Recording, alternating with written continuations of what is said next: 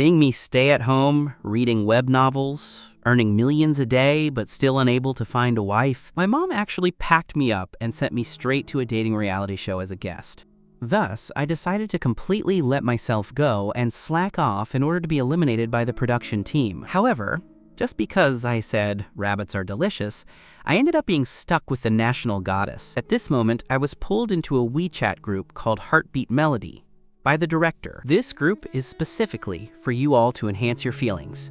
As you can see, there are 4 male guests and 3 female guests in the group. The extra male guest, if he fails to receive a heartbeat call from a female guest, will have to take the initiative to exit and won't be able to participate in the upcoming live broadcasts. Hearing this, I felt a secret joy in my heart. Wasn't this the perfect opportunity for me? So I immediately sent a greeting to everyone in the group. As soon as I popped up, someone quickly added me to chat. I want you to go on a trip with me. I want to talk to you. That is not my fault. What are you looking at? The group suddenly fell into a brief silence. As long as I didn't leave a good impression on the female guests during the chat, no one would give me a heartbeat call. Then, I could be eliminated. Before long, someone named One Little White Rabbit jumped out to liven up the atmosphere. What are you doing? What are you doing? What do you think of me? I want to tell you something. I want to talk to you. The group fell into a brief silence again. Haha, why don't we all introduce ourselves first? You are the cutest girl I've ever seen. I want to tell you, what are you saying? What are you doing? What are you looking at? What are you doing? What are you looking at? What are you doing? After several rounds of chatting, almost no one in the group paid attention to me anymore. My replies were treated as if they were transparent. The director beside me kept winking and making faces at me. I felt utterly exhausted. This is a dating show. Shouldn't the chat be sweet and full of pink bubbles? How did it turn into a one-man comedy show? Ha ha ha, Yu's replies are killing me. I can feel the rebellion in his bones. At this rate, he's probably going to be eliminated. Who could stand that? He's so handsome. It's a pity he has a mouth. It's a waste of that face. At this time, I was waiting for the elimination notice with full anticipation. After all, if I were eliminated, it wouldn't count as me breaching the contract. But to my complete surprise, my phone actually rang. I clearly performed so perfectly in the group just now. How could someone still call me? When I saw the caller's screen name, One Little White Rabbit, I immediately understood. Someone wasn't playing by the rules. Little Rabbit, you didn't make this call just to scold me, did you? Mo was stunned when she heard the other party's voice. Because of Yu's remarks in the group just now, she had imagined his image and voice in her mind, thinking he would be an unkempt, sloppy old man with an ugly voice. But now, the voice coming from the other end was completely different from what she imagined. It didn't sound old at all. It was actually quite pleasant. This changed Mo's impression of Yu a lot. However, subconsciously, she still thought he was an older scumbag. Just an older scumbag with a nice voice now. Yes, I am here to scold you. You clearly know I like little rabbits, so why would you say you like eating them? That's very impolite. Mo's voice was clear and clean, very recognizable. Even though she said she was scolding me, her tone sounded more like acting cute and pouting.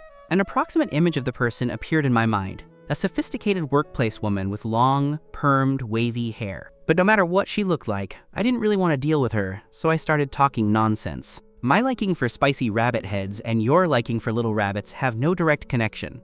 I'm not eating the one you like. We are both expressing our own preferences. It just so happens the things we like are both rabbits. Mo blinked her big eyes, feeling that what he said seemed to make some sense, yet feeling something wasn't quite right. Sorry, I misunderstood you. Hearing Mo's apology, I was stunned for a moment, and a slight smile unconsciously appeared at the corner of my mouth. I didn't know if this girl was pure or just plain stupid. She was so easy to fool. It's okay, I forgive you. The director on the side had a dark face the whole time, screaming helplessly in his heart. This is a dating show.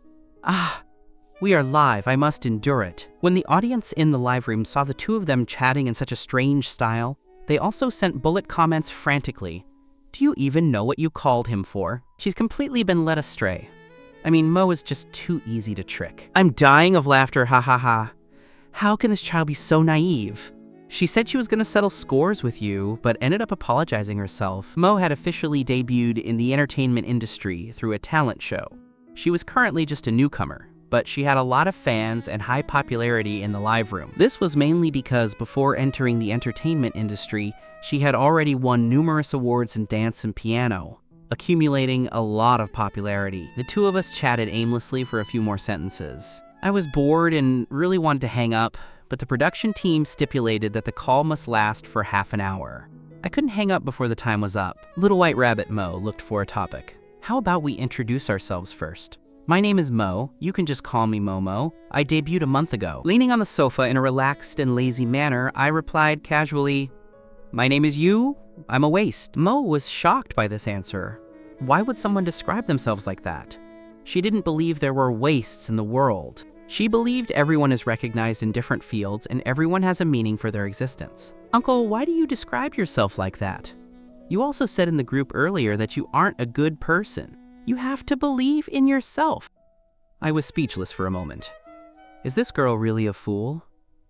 Normally, people wouldn't respond to those words like that, right? Just because I say so doesn't mean I am. The world is full of truths and falsehoods. How do you know how much of what you hear is real? Since you aren't that kind of person, why use those words to describe yourself? It will leave a bad impression on others. Mo expressed that she didn't quite understand the logic in my words. I do things casually. There's no need to care about the feelings of irrelevant people.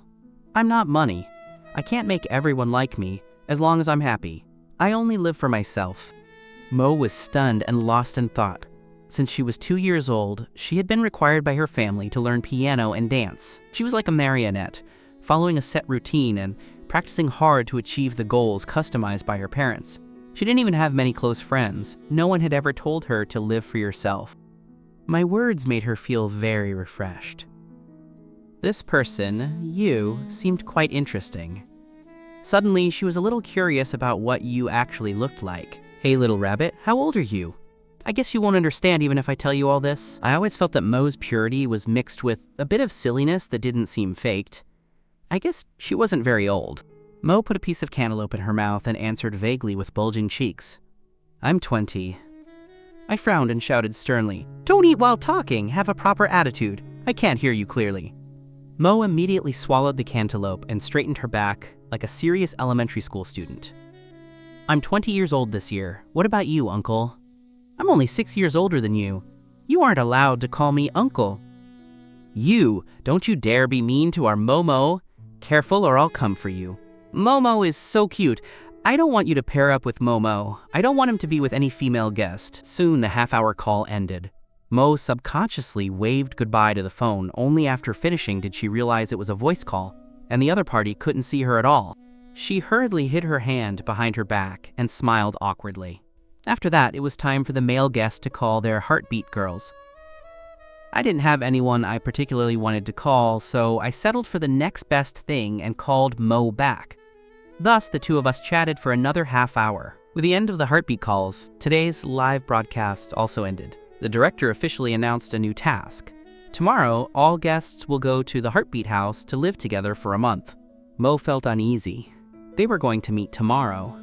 She wondered what you would look like. How would he react when he saw her appearance? As soon as the live broadcast closed, Mo received a call from her manager. Mo, my dear, what were you thinking? Why did you decide to call that you? Do you know what that call represents? Sister Yuna, I know what I'm doing. I'm not a child anymore. Yuna rolled her eyes several times. That you is a non-celebrity guest invited this time. He's not in the entertainment industry at all. And look at the way he talks. It's too malicious. He could trick you into being sold and you'd still be happily counting the money for him. Mo felt it wasn't as exaggerated as Yuna said. I don't think so. I think he's quite interesting. Yuna slapped her forehead, feeling exhausted. I think you've really been protected too well by Chairman Sue. You only know dance and music. Actually, I know quite a lot. All right, I know you know a lot. Just don't let my words go in one ear and out the other. I'm not joking with you. Stay away from you and don't talk to him. You went to Heartbeat Melody to show your face and increase your popularity. Avoid contact with mysterious people. Oh, Sister Yuna, I know. How can there be so many bad people in this world?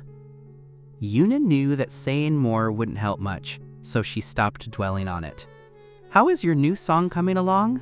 In another week, Singing Wildly will start recording. How about letting Chairman Sue spend some money to hire a gold medal composer to write a song for you? I want to try it myself. I don't want to bother my family yet, Mo replied firmly. Since childhood, she had never done anything according to her own ideas. This time was her only all-in moment in 20 years. Especially after hearing my words about living for yourself. She became even more determined in her choice. The next day, Mo arrived at the Heartbeat House with her luggage. There were already 4 guests inside. Everyone was sitting in the living room chatting busily. Seeing Mo enter, the 4 people greeted her with smiles. "You must be Mo, right? The little rabbit from the chat group." Kazuma took the suitcase from Mo's hand. He had been in the entertainment industry for many years. He knew the reputation of the daughter of the chairman of Star Entertainment Media. Naturally, he had to curry favor with the daughter of a big figure. Another male guest, Ren, wanted to take the bag from Mo's hand. "Is your bag heavy? Let me help you." The chairman of Star Entertainment is like walking resources. Even if he couldn't form a couple with Mo in the end, becoming good friends would still be good. Mo looked up at everyone and smiled. "Hello everyone, I'm Mo. Yes, that little rabbit. Ha ha ha." The 4 people in front of her were very enthusiastic, but she didn't know any of them. She didn't hand over her suitcase or the bag in her hand. "Thank you everyone. I'll handle the luggage myself." Since not everyone had arrived, the rooms hadn't been assigned yet. After finding a spot for her luggage, Mo joined the small talk, waiting for the last guest to arrive. "Little rabbit, have some tea to moisten your throat." Kazuma proactively poured tea and brought it to Mo. Seeing how proactive Kazuma was, Ren also stood up and asked Mo, "Are you hungry? I have cheesecake in my bag. Do you want to try some?" "No, thank you." Mo refused with a smile. Ren smiled and said nothing more, then asked the other guests if they wanted cake. Ami asked while eating cheesecake, "I wonder who the last guest will be. Only Dancy and Fat Tiger are left now, right? Who will be eliminated?" She was a second-tier singer, only 1 step away from being first-tier.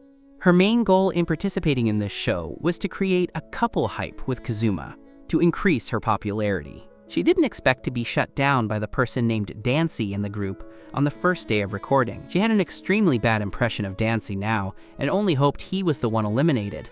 Kazuma quickly chimed in, "The one eliminated should be Dancy, right?" His remarks in the group were too anti-human. Who would give him a heartbeat call?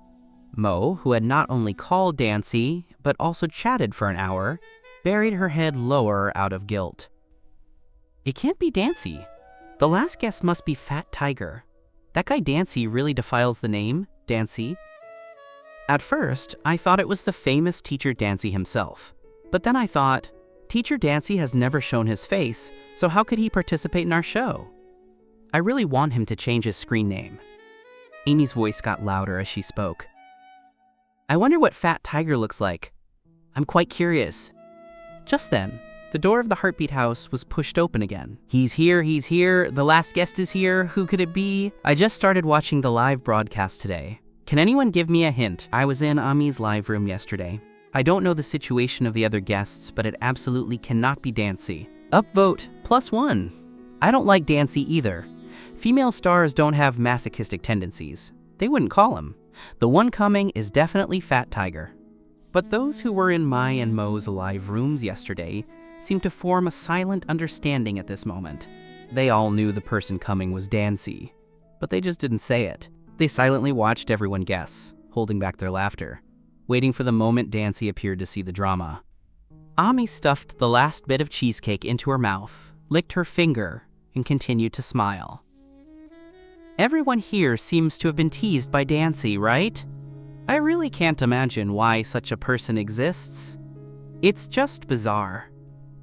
In her heart, she was certain Dancy must have been eliminated and wouldn't continue to participate in the show. Plus, Dancy was just a passerby, so she wasn't afraid of offending him, which made her speech even bolder. Her gaze swept over all the guests. Anyway, I didn't call him. I assume you all couldn't have done such a foolish thing either? Another female guest, Hana, nodded. I didn't call either. Mo awkwardly took a few sips of tea. She really wanted to say that she had actually called Dancy, but she didn't want to admit she was foolish. Finally, after a great internal struggle, she prepared to speak up. Actually, Before she could finish, she heard the front door being opened from the outside, and a man walked in pulling a suitcase. Mo was the first to look up toward the door because she knew that you, who had chatted with her for an hour yesterday, had arrived. She saw a tall, lean man wearing a simple white, short-sleeved t-shirt. "This is you? Isn't he an uncle?" Mo muttered in her heart, confused. To her surprise, the man appearing before her now was smiling, with a high bridge of the nose and distinct facial contours. He looked very young, sunny, clean, and handsome, even better looking than the other two male guests present. The other guests also saw me. Knowing that the last guest was just a non-celebrity, they didn't show any particular enthusiasm, but they weren't very dismissive either. I smiled and said, "Oh, so lively. It seems I'm the last one to arrive." Mo walked out from the dining table and greeted me enthusiastically. "Dancy, you're finally here. I'm the little white rabbit, Mo, who called you yesterday."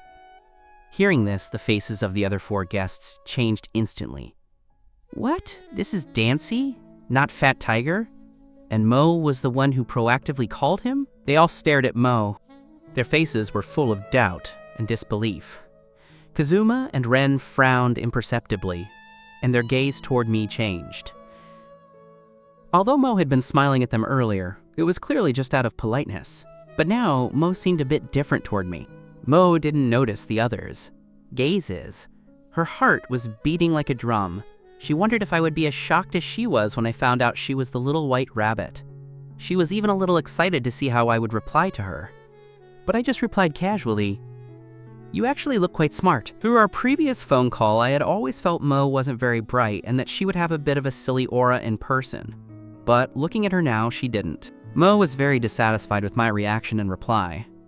She pouted and said, "I was always smart." "Ha ha ha. You always says the most surprising things. His brain logic is something we normal people can't imagine." "Is this you? He's so handsome." Bullying our Momo again. She's not silly. She's just pure. It's over. I'm a visual person. Looking at you's face, I feel like whatever he says is right. Look at the expressions on the other guests. Faces, though. Ha ha ha. Dying of laughter. I put my luggage away and sat across from Mo. With that, all 6 guests had arrived. The 3 male guests sat in a row, and the 3 female guests sat in a row opposite. Mo spoke with a look of guilt. "I wanted to tell everyone just now that the last guest was Dancy, but I was interrupted before I could finish, so I didn't say it. I only called yesterday because I was provoked and wanted to scold him in a fit of anger. Actually, he's a very good person." Although the other 4 guests had smiles on their faces, they were rolling their eyes in their hearts. "You as a good person? We don't see it at all." Seeing the atmosphere was a bit awkward, Kazuma laughed loudly. "Ha ha ha! Finally everyone is here. For the next month, please give me your guidance." "Guidance for the next month, ha ha ha." As the first-tier singer with the highest status, Kazuma continued to lead the topic. "Let's talk about our respective jobs." "You? What is your current job?" Mo asked tentatively. There was no mystery about the other guests' jobs. They all revolved around the entertainment industry. Only my status as a non-celebrity made people curious. As soon as she asked the question, everyone else's attention focused on me. Kazuma smiled and agreed. "Right, we've mostly finished introducing ourselves. You, tell us about yourself." I sat in the chair and replied very casually, "No job." The guests were a bit confused by this answer. Mo carefully spoke up. "Are you still in school or studying for a master's?" Mo calculated in her heart.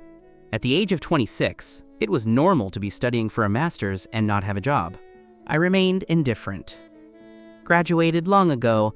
I'm just gnawing on the old, living off my parents at home." As soon as these words came out, everyone was shocked again. Living off his parents? This is a live broadcast. Can you even say that? Do you have to be so honest? Everyone looked at me with strange expressions, and Mo didn't know how to respond.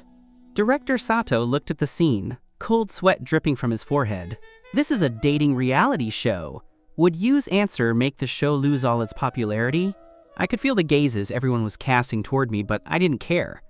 After all, I only had to hang around the show for a month before going back home. No one would know anyone.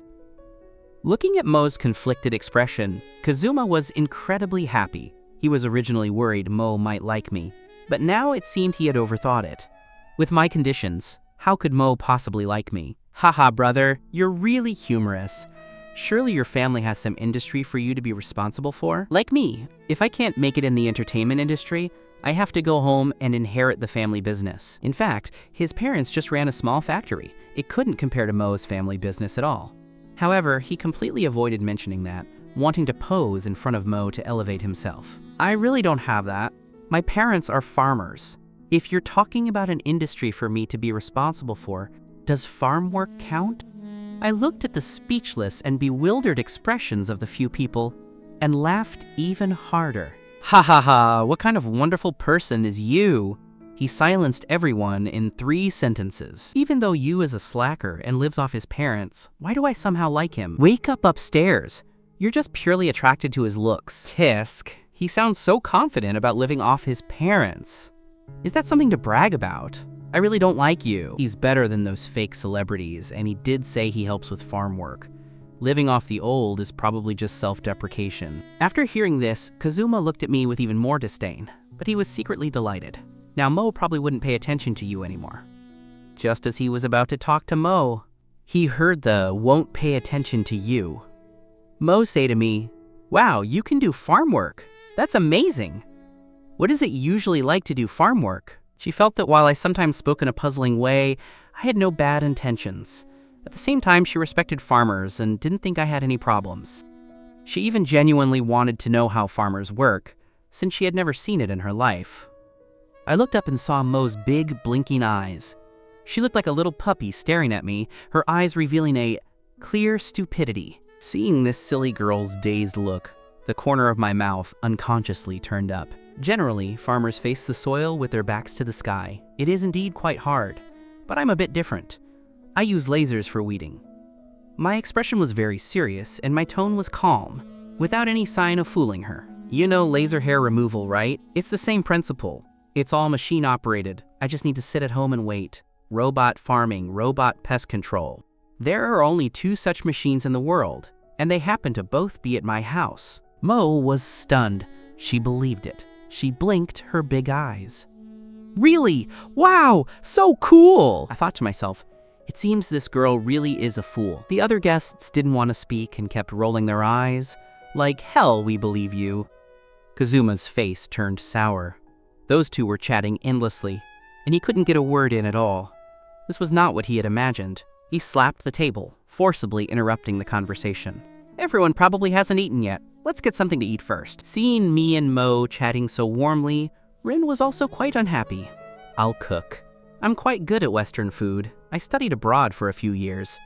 As he spoke, he glanced at the 3 female guests with a proud face. If he could be surrounded by a group of women, the feeling of being the center of attention would make him even happier. Hana felt it was incredible. Ren, you can make Western food? That's so cool! I only know how to make simple dishes, and they don't even taste good. Ami said I only know how to make noodles. Being able to make Western food is indeed very impressive. Ren was elated by the praise. He raised an eyebrow and looked at me and Mo. Can you cook? What kind of dishes are you good at? Of course, he asked this because he wanted me to make a fool of myself in front of everyone, while showing off his own culinary skills. I couldn't be bothered with him and said nonchalantly, I'm good at eating. Ha ha ha! Moe, who was on the side, couldn't help but laugh out loud at this answer, but without a hint of mockery. She thought I was indeed very interesting. It was her first time meeting someone who spoke so casually, without pretense. It felt very comfortable and unconstrained. Me too, I'm only good at eating, she said with crescent moon eyes, mimicking me. Ren's expression stiffened. His intention was to make me lose face in front of Mo. But it didn't seem to work. You girls should rest for a while. You must be tired from the journey to the Heartbeat House today. Leave the cooking to us, guys. When he saw the ingredients in the refrigerator, his face showed difficulty. The production team is too stingy. They only prepared a few eggs, fruit, noodles, and this tiny piece of beef. It's not enough for all of us. At this moment, Director Sato's voice came from the side. Today is everyone's first day gathering at the Heartbeat House. The production team will arrange the food. Starting tomorrow, you will have to rely on your own hard work to earn money to use as your dating startup fund. If you can't earn money, you'll have to go hungry. After speaking, he playfully added, "Good luck, I have high hopes for you." As soon as he finished speaking, a chorus of wails immediately erupted inside the Heartbeat house. Ren suddenly slapped his head with a look of realization. When I came, I stuffed high-grade Wagyu beef into my suitcase, as well as caviar and black truffles. I'll go get them. Let's eat those today. After speaking, he ran toward his suitcase. This full-blood Wagyu has an import quota of only 20 cows a month. It's very hard to buy. I was lucky this time and specifically brought it for you to taste, knowing I was going on the show. Kazuma, seeing the situation, stepped up to help Ren. Helping out would not only build his persona as a diligent worker, but if the dish turned out badly later, he wouldn't have to take the blame. It would all be Ren's responsibility. "Ren, let me assist you." "Sure, help me blanch the pasta. Just boil it for 8 to 10 minutes. Thus, Ren began searing the steaks. Kazuma acted as the assistant, while Ami and Hana helped with minor tasks. Mo wanted to go up and help, but she really didn't know how, so she could only watch from the side. As for me, I stuck to my motto of being an expert eater, sitting on the sofa watching everyone bustle about. It wasn't that I didn't want to help, it was just that the kitchen was only so big, and there was no need to force my way in. So I lay on the sofa, snacking on melon seeds while watching TV. Kazuma and Ren are both so great. Unlike that other guy, doesn't know how to do anything. Truly useless. You is just being authentic. Unlike some people who only know how to put on a show and fake a persona. I just like you. When the steaks were halfway done, Ren asked Mo, "Mo, how would you like your steak cooked?" "Whatever is fine." Actually, she didn't really care. She ate steak quite often. Ami raised her hand.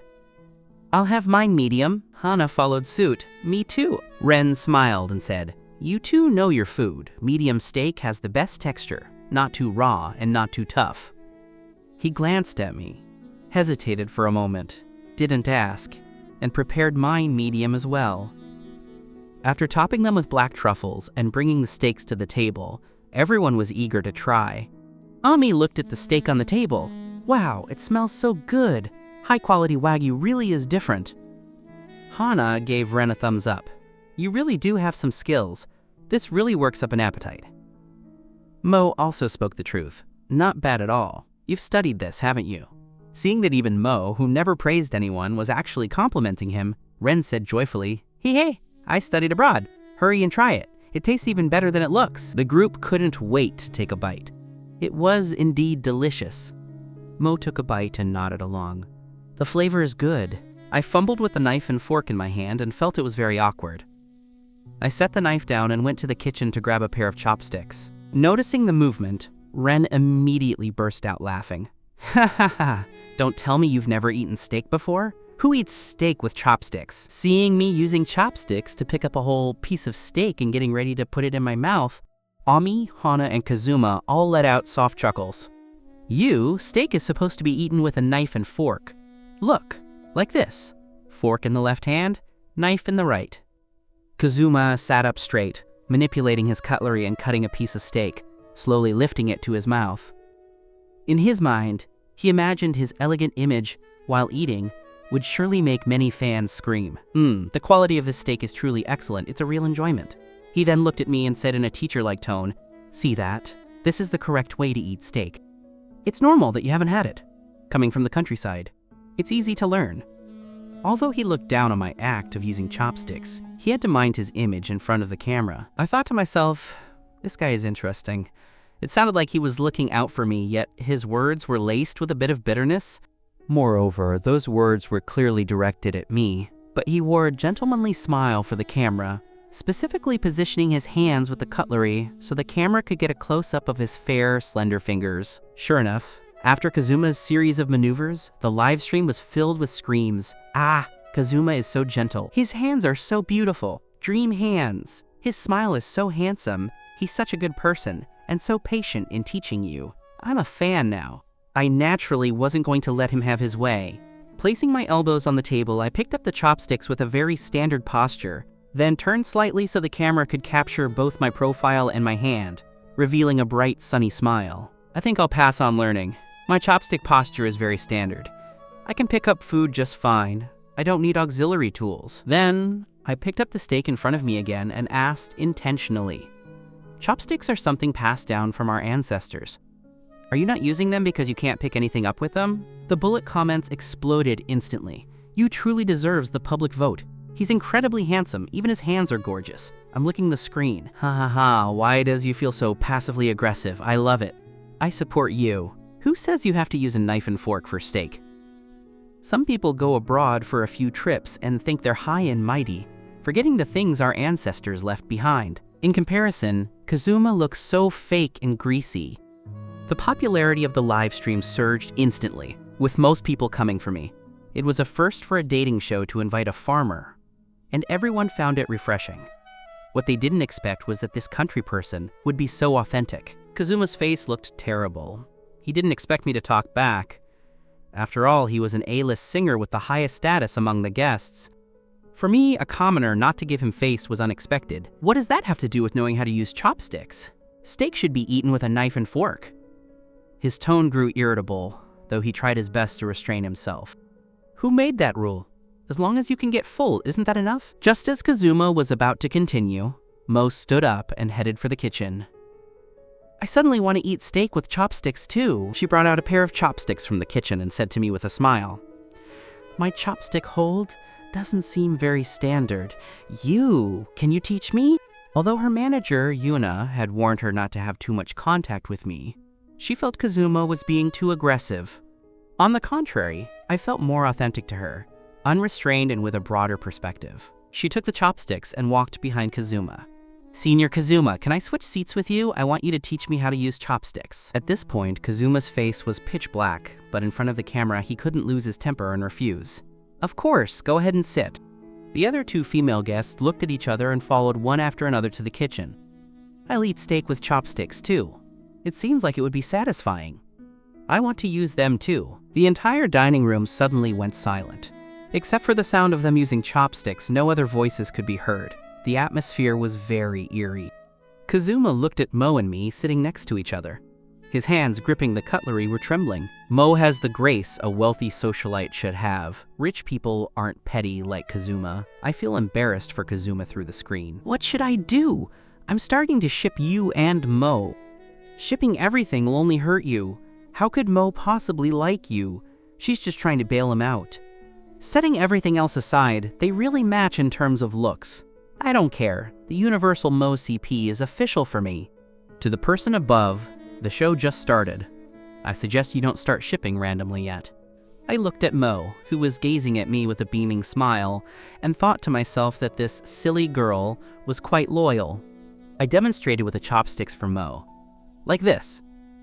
Put your index finger here and your middle finger here. You try. Mo tilted her little head, watching the chopsticks in my hand. After a moment, she began to adjust her own grip. However, a 20-year habit wasn't easy to correct in a short time. After she adjusted to a posture she thought was correct, she eagerly held them out to me, her big watery eyes looking at me expectantly like a child waiting for a grown-up's praise. "Look at me, is it like this?" "No," I reached out, one hand holding Mo's chopsticks, and the other holding her fingers to adjust them. Mo felt like she had been hit by an electric current. Her mind went blank instantly, her cheeks flushed bright red, and even the tips of her ears turned pink.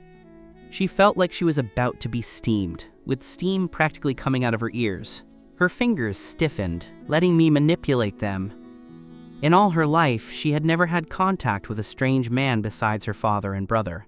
The sudden touch left her not knowing how to react. This finger should be here. There. That's right. Unaware of what Mo was thinking, I corrected her movement and said with satisfaction, "Remember this position. Now try holding them again and let me see." How could Mo remember any positions? Her mind was completely empty now. It was already good enough that she hadn't forgotten how she used to hold them. Seeing her not moving for a long time, I shifted my gaze from the chopsticks to Mo's face in confusion. "Why is your face so red? Are you feeling unwell?" Mo finally snapped out of it, quickly cupping her cheeks with both hands. It seems the air conditioning is set a bit high. It's quite hot, ha ha ha ha." Then she suddenly bolted from her seat and rushed toward the kitchen. "Do you guys want fruit? I'll go peel some." Running too fast, she accidentally stumbled and bumped her head against the kitchen door frame, recoiling 2 steps. "Are you okay?" I wanted to get up to check on her, but I saw Mo rub her bumped forehead, angrily hit the door frame once, then quickly rush into the kitchen and close the door. Looking at Mo's clumsy behavior, I shook my head with a smile. They say rabbits have poor eyesight. It seems to be true. Ha ha ha, Mo is so cute. You stay away from our Moa, huh? Is she shy? You, this big blockhead, didn't notice at all. Seriously, you, what nonsense are you talking about? What position? I don't understand. I picked up my chopsticks again to eat the steak, and a metallic, raw taste immediately spread through my mouth. Looking down, the steak I had bitten into was actually oozing blood. It made me feel a bit nauseous. It needed to be seared more. But just as I stood up, Ren's slightly mocking voice came over. "Where are you going? You're not planning to go back and re-sear that steak, are you? Medium is the most tender and delicious. It's just that you don't know how to eat it." He already didn't have a good impression of me because of the chopstick incident, and seeing me teach Mo made him even more upset. Now this move of mine made him even more dissatisfied. "Don't take it back and ruin it. If you find it so hard to eat, just don't eat it. Give the steak back to me." I pushed the steak in front of me toward Ren. "As if anyone cares. You won't even let me heat it up." With that, I got up and walked toward the kitchen. I remember there's a piece of beef left by the production team in the fridge, right? Believe it or not, I could make that taste better than your steak. Hearing this, Ami and Hana both laughed. No one expected anyone to compare high-quality full-blood Wagyu with ordinary beef. Ren was also moved to angry laughter. "Do you know what you're saying? This is top-tier full-blood Wagyu. The cattle are shipped from abroad with pure lineage. How could the texture possibly be compared to that generic beef in the fridge? Once I make it, we'll see if they can be compared." Hearing that I was going to cook some beef, Hana immediately came to my side and asked tentatively, "What dish are you planning to make with the production team's beef?" "Beef stew with potatoes," I answered casually. "Beef with potatoes? I've had that." The others in the dining room also heard our conversation. The color returned to Ren's dark face. "Beef stew with potatoes? How could that possibly compare to my full-blood Wagyu? Ha ha ha." Mo looked at me worriedly and asked softly, "How sure are you?" She had tasted the steak Ren made. From her years of experience eating steak, Ren's quality was indeed high, and his technique was good. It would be difficult for me to surpass it. She had already decided that even if my beef wasn't as good as Ren's, she would stand by me and speak up for me. I gave her a bright smile. "Don't worry. You was too impulsive this time. He's still too young. He can't win against those old foxes. He's probably going to fall into a pit this time." I remember when Ren asked you what he was good at cooking earlier, Yu's answer was, "expert eater." I feel like he probably doesn't know how to cook. He's just talking big because he's too proud. I feel for you, he's really pushing it. Impulsiveness is the devil. How can beef and potatoes compare to full-blood steak? Kazuma saw an opportunity and pretended to remind me. The production team only gave us that little bit of beef and potatoes. They're public resources, right? The team won't provide us with free food after this. Shouldn't we be a bit more thrifty? All of our ingredients are in your hands now. Don't go wasting them. Ren quickly caught on to Kazuma's keywords, public resources and waste. He suddenly realized, "That's right, you.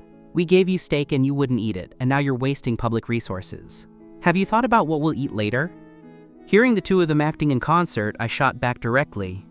"Since it's a public resource, why can't I use it? Didn't Director Sato say earlier that we have to earn our own money later? Or are you planning to just live off what we have and never go out to earn anything?" Whichever female guest picks you is truly unlucky. Ren was absolutely fuming. If it weren't for the cameras, he would have exploded. Of course you can use it. But you should be clear. The so-called public resources don't belong to you alone. If your cooking is good and we all like the dish, then there's no problem. But do you know how to cook? Can you make something we all love? You think making a dish everyone loves is that simple? Cooking isn't just about flipping something over. He wanted to continue showing off for the camera, but I cut him off. Isn't your steak just searing it, flipping it, and searing it again? That one sentence left Ren speechless, so angry he nearly bent the fork in his hand. Finally, he forced himself to swallow his pride. I operated methodically in the kitchen. Once the beef was seasoned, I added the potatoes and let it simmer over low heat. Mo's eyes were bright as she leaned in and sniffed. she said joyfully. Wow, I think I smell the aroma. The scent isn't strong enough yet. It'll be even better after simmering a bit longer. Really? I'm so looking forward to it. I haven't had beef stew with potatoes in so long, I've almost forgotten what it tastes like. I timed it in my head, then said to Mo, "Give me the eggs I asked you to peel just now." Mo obediently handed over the boiled and peeled eggs. "There are still some I haven't finished peeling. It's fine. Keep those for making tea eggs." Mo nodded. "What do you want these peeled eggs for?" In her mind, boiled eggs were usually just eaten plain after peeling, but seeing my stance, she knew I had a trick up my sleeve.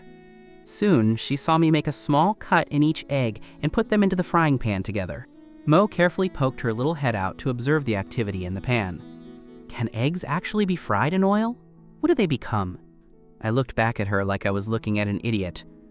An egg that's been fried becomes a fried egg, tiger skin egg. "Oh, I see," Mo replied. And it took a moment before she realized something was off. "Wasn't what you said just nonsense?" "No, I meant to ask, if you fry the eggs like this, will they become a specific dish?" "Tiger skin eggs."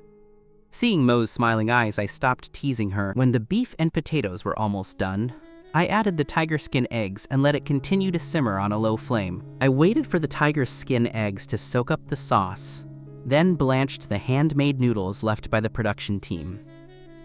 Mixing the noodles with the sauce was the soul of the dish. Smelling the aroma, Ami and Hana couldn't help but enter the kitchen. "It smells so good. We can smell it all the way in the dining room," Hana said with a smile. "It really does smell wonderful. Is it almost ready?" Ami added from behind. As soon as the two of them entered the kitchen, they naturally squeezed Mo away from my side. They started asking me things about the dish. Mo felt a bit stifled for some reason. I brought out a large clay pot. "It's coming out.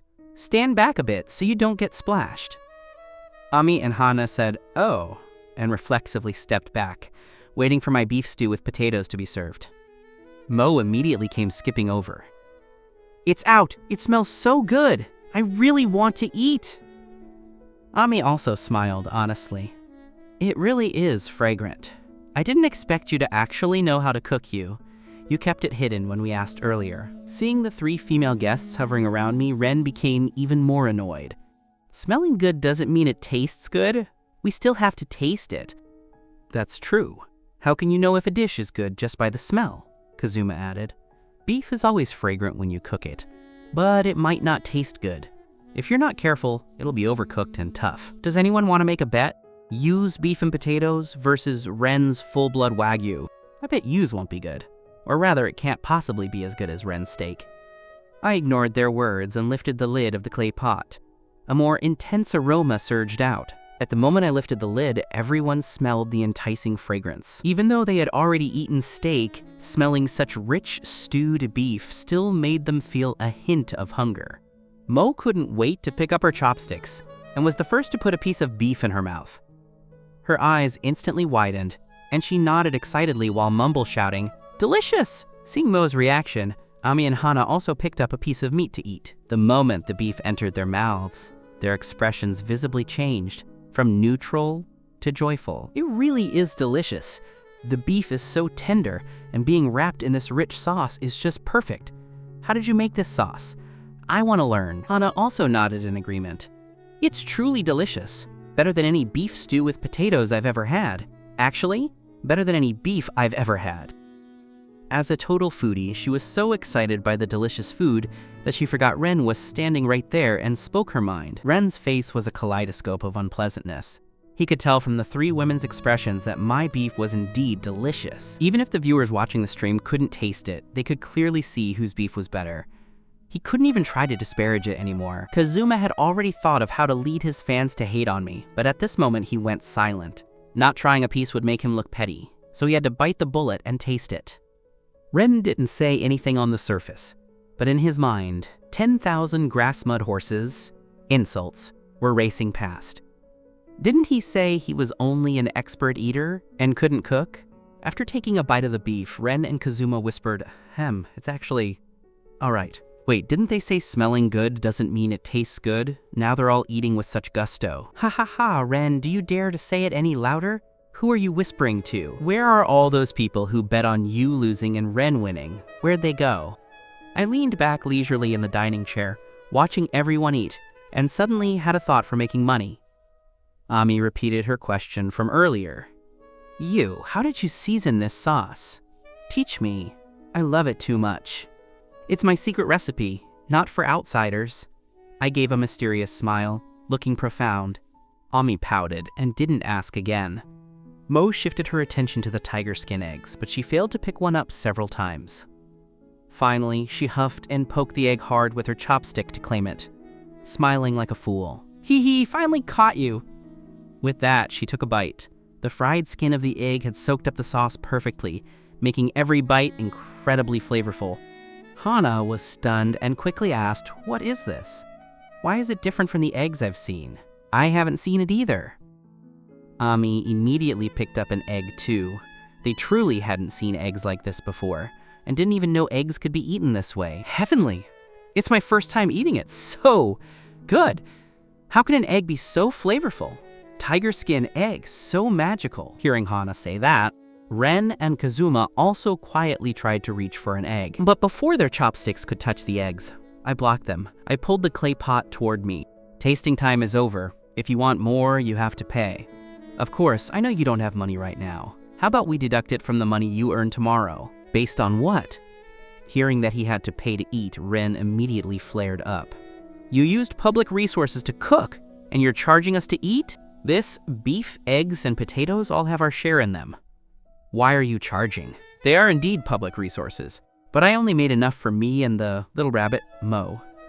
I didn't touch your portions of the ingredients in the fridge. If you don't want to pay, go make it yourselves. I worked hard to cook this. It's only right to charge a labor fee, isn't it? As long as you're willing to pay, I'll even process your remaining ingredients in the fridge for you. I'm not asking for much, 15 yen per person. Then I looked at Mo. The little rabbit can eat as much as she wants for free. Seeing that no one was speaking, I wasn't flustered. I picked up a piece of potato. It was flavorful and soft. Oh right, there are noodles, aren't there? Noodles mixed with this sauce are the best. I said as I poured the noodles into the rich sauce, stirring so every strand was coated. Then I lifted a forkful of noodles into the air, steaming, fragrant, and beautifully colored.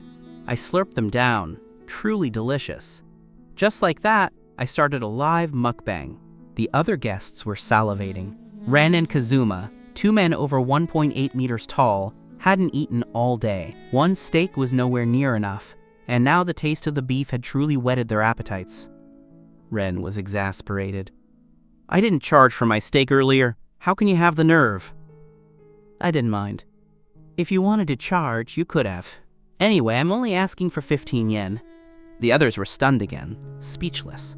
It seemed Yu was right. He hadn't used their ingredients. Charging a processing fee was fair. Not charging would be a favor. And why should he do them any favors? After all, they hadn't given him a single good look since the beginning. Ren shouted to the cameraman, "Production team, aren't you going to do something? Is this reasonable?" Director Sato helplessly wiped the sweat from his face. This was truly the first time he'd seen a guest like this, directly finding a loophole. How was he supposed to manage it? To say it was unreasonable, he couldn't find a reason. To say it was reasonable, something felt off. But since Ren and Kazuma were big names, he couldn't afford to offend them, so he simply said, "No internal buying and selling." I shrugged. Fine by me, but I only made enough for me and the little rabbit. If you want to eat, you can cook it yourselves. Mo was also stunned by my move, not knowing how to choose. Ami and Hana were also speechless. Being stopped right when they were enjoying the food was an agonizing feeling. More importantly, this old rogue, me, was doing a live mukbang, making Ami and Hana swallow their saliva in hunger. I'll pay the 15. It'll be deducted from what I earn tomorrow, right? Hana was a total foodie, and holding out this long was already her limit. Seeing Hana give in, Ami also wavered. I'll pay 15 too. All right, sign this IOU and I'll make it for you. Once you sign, you can sit down and eat with the little rabbit. I then looked at Kazuma and Ren. If you two still haven't decided, I'll only make enough for them. I'm not going back into the kitchen for a third time. Kazuma finally broke. Okay. I'll pay 15 too. Ren looked at the other three in shock, cursed them as traitors in his heart, but then his stomach let out an unfaithful growl. The aroma of the beef and potatoes was shamelessly invading his nose. It made him keep reminiscing about those few bites he had earlier. He really wanted to eat more.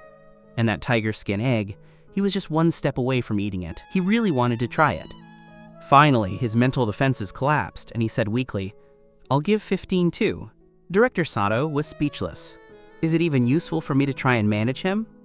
A wide smile spread across my face. I didn't force you guys. You all signed this of your own free will. The live stream chat exploded. Ha ha ha, this is killing me. These guys were acting like such tough talk kings just a second ago. Zhang Yu's beef and potato stew looks genuinely delicious. I'm getting hungry just watching through the screen. Am I the only one who thinks Zhang Yu is being unethical? This is way too selfish for a group setting. This is called being authentic and unpretentious. I love Zhang Yu's personality. Probably only ignorant people like you would like someone like him. Just wait for the heartbeat text segment. Let's see if a single female guest actually messages him. I think Mo will. She and Zhang Yu seem to have great chemistry. Su Moi's personality is compatible with everyone. She's a rich heiress. Do you really think she'd look twice at a petty guy like Zhang Yu? The chat room was in a heated debate with mixed reviews about me. They even started betting on whether I'd receive any messages during the heartbeat text segment. Most people were convinced I wouldn't get a single one. The heartbeat text, as the name implies, is a message you send only to the person you are interested in. The recipient doesn't know who the sender is. Sumo lowered her head, wanting to look at me sitting opposite her but not daring to be too obvious. Recalling what the director said about the heartbeat texts, she felt a faint sense of anticipation. As she remembered me teaching her how to use chopsticks, a flush of red quickly spread across her ears, and her cheeks felt warm. I looked up and saw Sumo with her face all flushed, staring intently at the bowl in front of her. She held a peeled egg in her hand but wasn't eating it. I had no idea what she was doing. Just as I was about to see what exactly was in her bowl, one caught a whiff of a faint floral scent drifting from her. Sumo looked up blankly and her eyes met mine. At this moment, her eyes were clear and her cheeks were rosy. She looked less like she was blushing and more like she was slightly tipsy after a few drinks. My heart skipped a beat. I quickly shifted my gaze away, landing it on the egg she was holding. Sumo didn't understand why I was staring at her bowl, so she held out the peeled egg to me. "Do you want to eat this?" I was slightly stunned. Although I didn't really want it, it felt rude not to take it. I took the egg and stuffed the whole thing into my mouth, chewing with bulging cheeks. Sumo was mesmerized. It was the first time she'd seen someone eat an egg like that, stuffing the whole thing in at once. It was amazing to her. Suddenly, finding this novel, she quickly grabbed another egg and started peeling it. I had just swallowed the first egg when I saw her handing me another freshly peeled one. She smiled at me with pure innocence, her eyes filled with a strange excitement and eagerness. It was the kind of excitement and exploration you feel when feeding a rare animal at a zoo. Seeing her so happy, I didn't have the heart to refuse. I took the egg and swallowed it in one go again. The excitement on Sumo's face grew even more intense. She quickly grabbed another egg and began peeling. After eating 7 or 8 tea eggs in a row, I let out a burp that tasted like eggs. I looked at the little rabbit still peeling away in confusion. What was wrong with her? Was she addicted to peeling eggs? If I'd known, I wouldn't have given her that task. I had accidentally unlocked a weird hobby of hers. Sumo smiled with satisfaction. She reached for another egg only to find the bowl was empty. Only then did she reluctantly withdraw her hand, her small head drooping slightly in disappointment. At that moment, the director called out through the megaphone. "Everyone should be finished eating by now, right? First go pick your dorms. The girls, dorm is on the 3rd floor, and the boys is on the 2nd. Once you've settled in, start sending your heartbeat texts to the person you're interested in." I finally breathed a sigh of relief. I didn't have to eat any more eggs. I picked up my teacup and took a large gulp of water.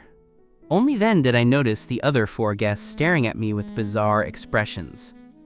The 2 female guests, in particular, couldn't hide their shock. Mo is so cute, but why did she keep giving Zhang Yu eggs? I don't get it. I feel like Mo treats Zhang Yu like a little pet. Isn't this just feeding a pet? Looking at it this way, Sumoe will definitely send her heartbeat text to Zhang Yu, right? Sumo's personality is just being polite and smiling at everyone. Just because she helped him out doesn't mean she likes him. The person above is right. Moe is so pure-hearted. How could she possibly fall for Zhang Yu? To be honest, I kinda like Zhang Yu's personality, but his social status means Mo won't look at him. I feel like no one will message him. As the livestream continued, my popularity gradually rose, even trending towards surpassing the A-list singer, Zhao Wen. Therefore, regarding the heartbeat text segment, people were more curious about whether someone like me would receive a message at all rather than who was messaging whom. The hashtag "Can Zhang Yu receive a heartbeat text?" actually climbed to the 10th spot on the trending search list. The 3 male guests sat together in the common area, thinking about which female guests to message. Meanwhile, the female guests were more shy, staying in their respective rooms to draft their texts. Zhao Wen clicked on the profiles of the 3 women, hesitating before finally sending his message to Sumoe.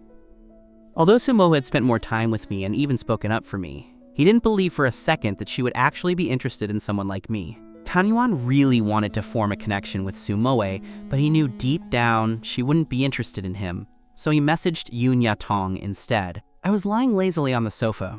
I found this whole heartbeat text thing boring. I didn't believe in love at first sight. It was all just attraction to looks. But since I had to send one, I clicked on Sumo's profile and sent Little Rabbit as a way to finish the task. I figured the little rabbit was more likable, silly, and easy to fool. Soon, one of the men received a message. Zhao Wen sat up straight and checked his phone. He looked at Tanyuan and me with great self-satisfaction, finally settling his gaze on me with a provocative eyebrow raise. My heart remained calm. I didn't hold much hope that the little rabbit would message me back, but a second later, my phone actually rang. I clicked it open. The beef and potatoes were delicious. I misjudged you earlier. It would have been even better if you hadn't charged money. It's probably from either Yun Yatong or Tian Mengfan, Zhao Wen thought, his smug expression instantly souring. He hadn't expected me to actually receive a message. Tanyuan's face was also looking grim. Both Zhao Wen and I had received messages, leaving him as the only one without one. It was a huge blow to his pride. When a third notification rang out, he instinctively checked his phone, but there was still nothing. Realizing what was happening, both of them turned their gazes toward me. I opened my phone again. After the little rabbit message, there was a very cute rabbit head emoji. For some reason, seeing this message made me feel a sense of relief, and a smile unconsciously surfaced on my face. The pride in Zhao Wen's eyes vanished completely.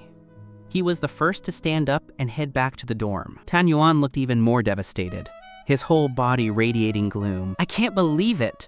Not only did Zhang Yu receive a message, he got 2. The first one must be from that foodie Tian Mengfan.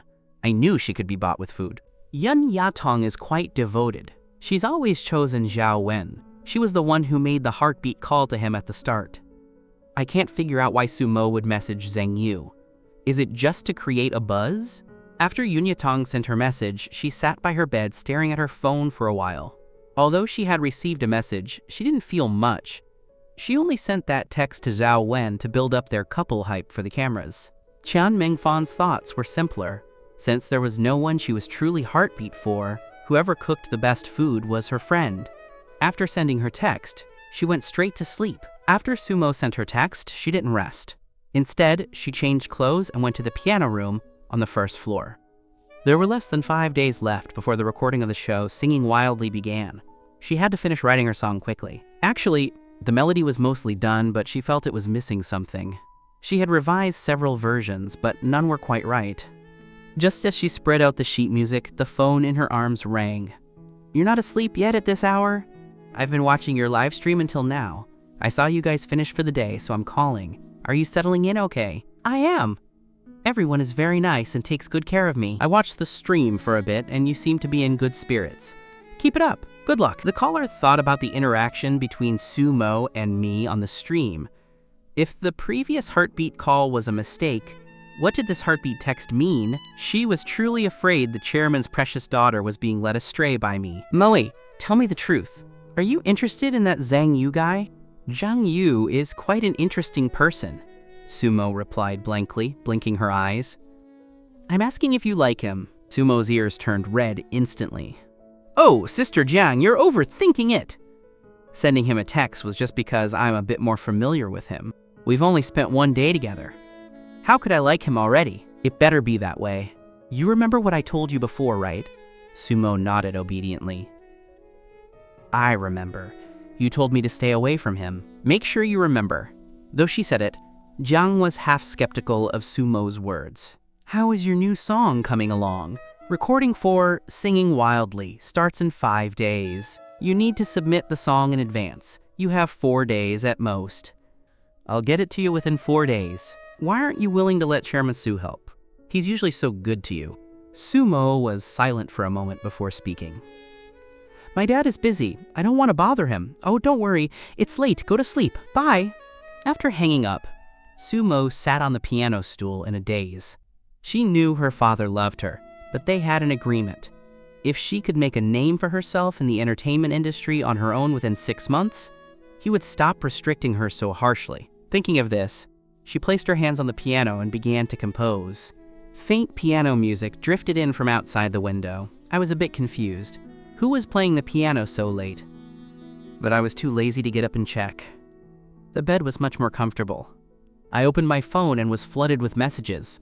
They were all from my editor and readers. When I traveled to this world 2 years ago, I adapted the story, Legend of Sword and Fairy. Upon release, it caused a massive sensation. My pen name, Shangtian Xiao, became the newcomer king of the year on the Chinese web novel site. Being on the show these past 2 days, I had forgotten about my new book launch.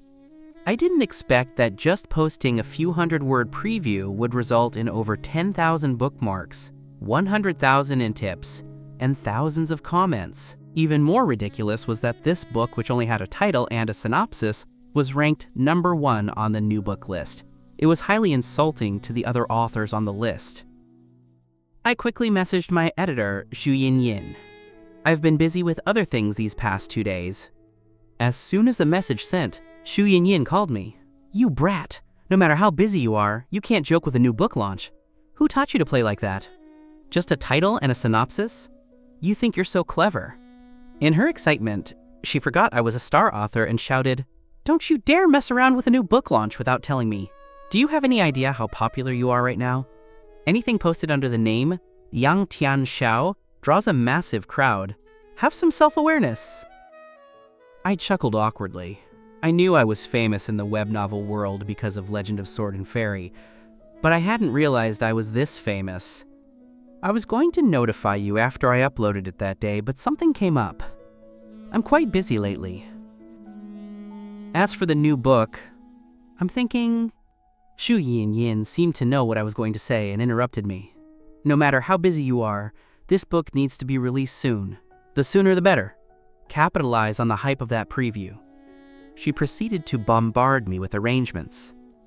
I felt helpless against such a dedicated editor. The next day, all the guests woke up early. They had to maintain their disciplined personas in front of the camera. By 8 a.m., Zhao Wen had already finished a 3,000-meter run. He changed into casual clothes before coming to the kitchen. When he saw Tan Yuan already cooking at the stove, he went over to help. Need a hand? Could you dip these bread slices in the egg wash? I fried some earlier, but it doesn't look like enough. Qian Mengfan walked in yawning. Morning, it smells so good. Tan Yuan, you're so hardworking. I'm not the most hardworking one. Brother Zhao Wen got up earlier than me. He already finished a 3,000-meter run. I only ran 1,500 meters before starting breakfast. I've already made some. You can start eating. If there isn't enough, I'll make more. By saying this, he not only hinted at his morning exercise, but also highlighted that he made breakfast for everyone, while Zhao Wen was just a late helper. Qian Mengfan looked at Zhao Wen in the corner with surprise. Oh, Brother Zhao is here too. I was just focused on the food. I didn't realize you could run 3,000 meters. Zhao Wen gave a gentlemanly smile and played it cool. It was nothing. Qian Mengfan, wanting to please everyone, continued. Brother Tan is also great, running 1,500 meters and making breakfast. You're both good men. After that, she focused entirely on eating a piece of fried bread. Yun Yatong then came downstairs. There was no trace of sleepiness on her. Her hair was perfectly messy, and her skin was pale and beautiful. Qian Mengfan's eyes widened. Sister Yatong, you're so dedicated. It's so early and you've already done your makeup. Yunya Tong's expression froze for a second before she smiled. No, I'm not wearing any makeup. Chan Mengfan just gave an oh and went back to her bread. Shortly after, Sumo came down. Someone already made breakfast? Yeah, Zhao Wen and Tan Yuan made it. I've already had a few pieces. Go grab some. Sumo tucked her hair behind her ear, smiled, and headed toward the kitchen. The cameraman, being savvy, zoomed in on Sumo's face. The comments went wild. OMG, is she an angel? This is what true barefaced beauty looks like. No flaws even with a high-def close-up. So beautiful. Is this the legendary zero flaw skin? I'm so jealous. A certain artist named Yoon was trying for this vibe, but unfortunately she lacked the looks and had to use makeup. Tan Yuan and Zhao Wen were also stunned. Sumo's bare face looked almost no different from when she was wearing makeup yesterday. Can I have a piece of bread? Sumo's gentle voice snapped them back to reality. Of course, it's for everyone. At that moment, the director announced, in last night's Heartbeat text segment, only Zhang Yu and Su Moe were successfully matched. Therefore, for today's activity, Zhang Yu and Su Moe will be in one group, and the other 4 will be in another. The other guests gasped in surprise. Only Sumo remained calm and looked around. Where is Zhang Yu? Meanwhile, I was fast asleep. I didn't have a biological clock. My clock was a random alarm. I wasn't like those celebrities who needed to build a persona. Sleeping was more important, but the knocking on the door wouldn't stop. What? Can a guy get some sleep? Zhang Yu. Sumo's face turned bright red the moment she saw me. I was so sleepy, I forgot we were filming a dating show. Seeing a red-faced Sumo woke me up instantly. I shut the door and quickly threw on a simple white t-shirt and shorts. When I opened the door again, Sumo was still there, her head lowered. So far, it was almost touching the floor. Her ears were so red, they looked like they were about to bleed. I'm dressed. Is something wrong? Sumo was still too red to look at me. The director just said that today, you and I are in a group.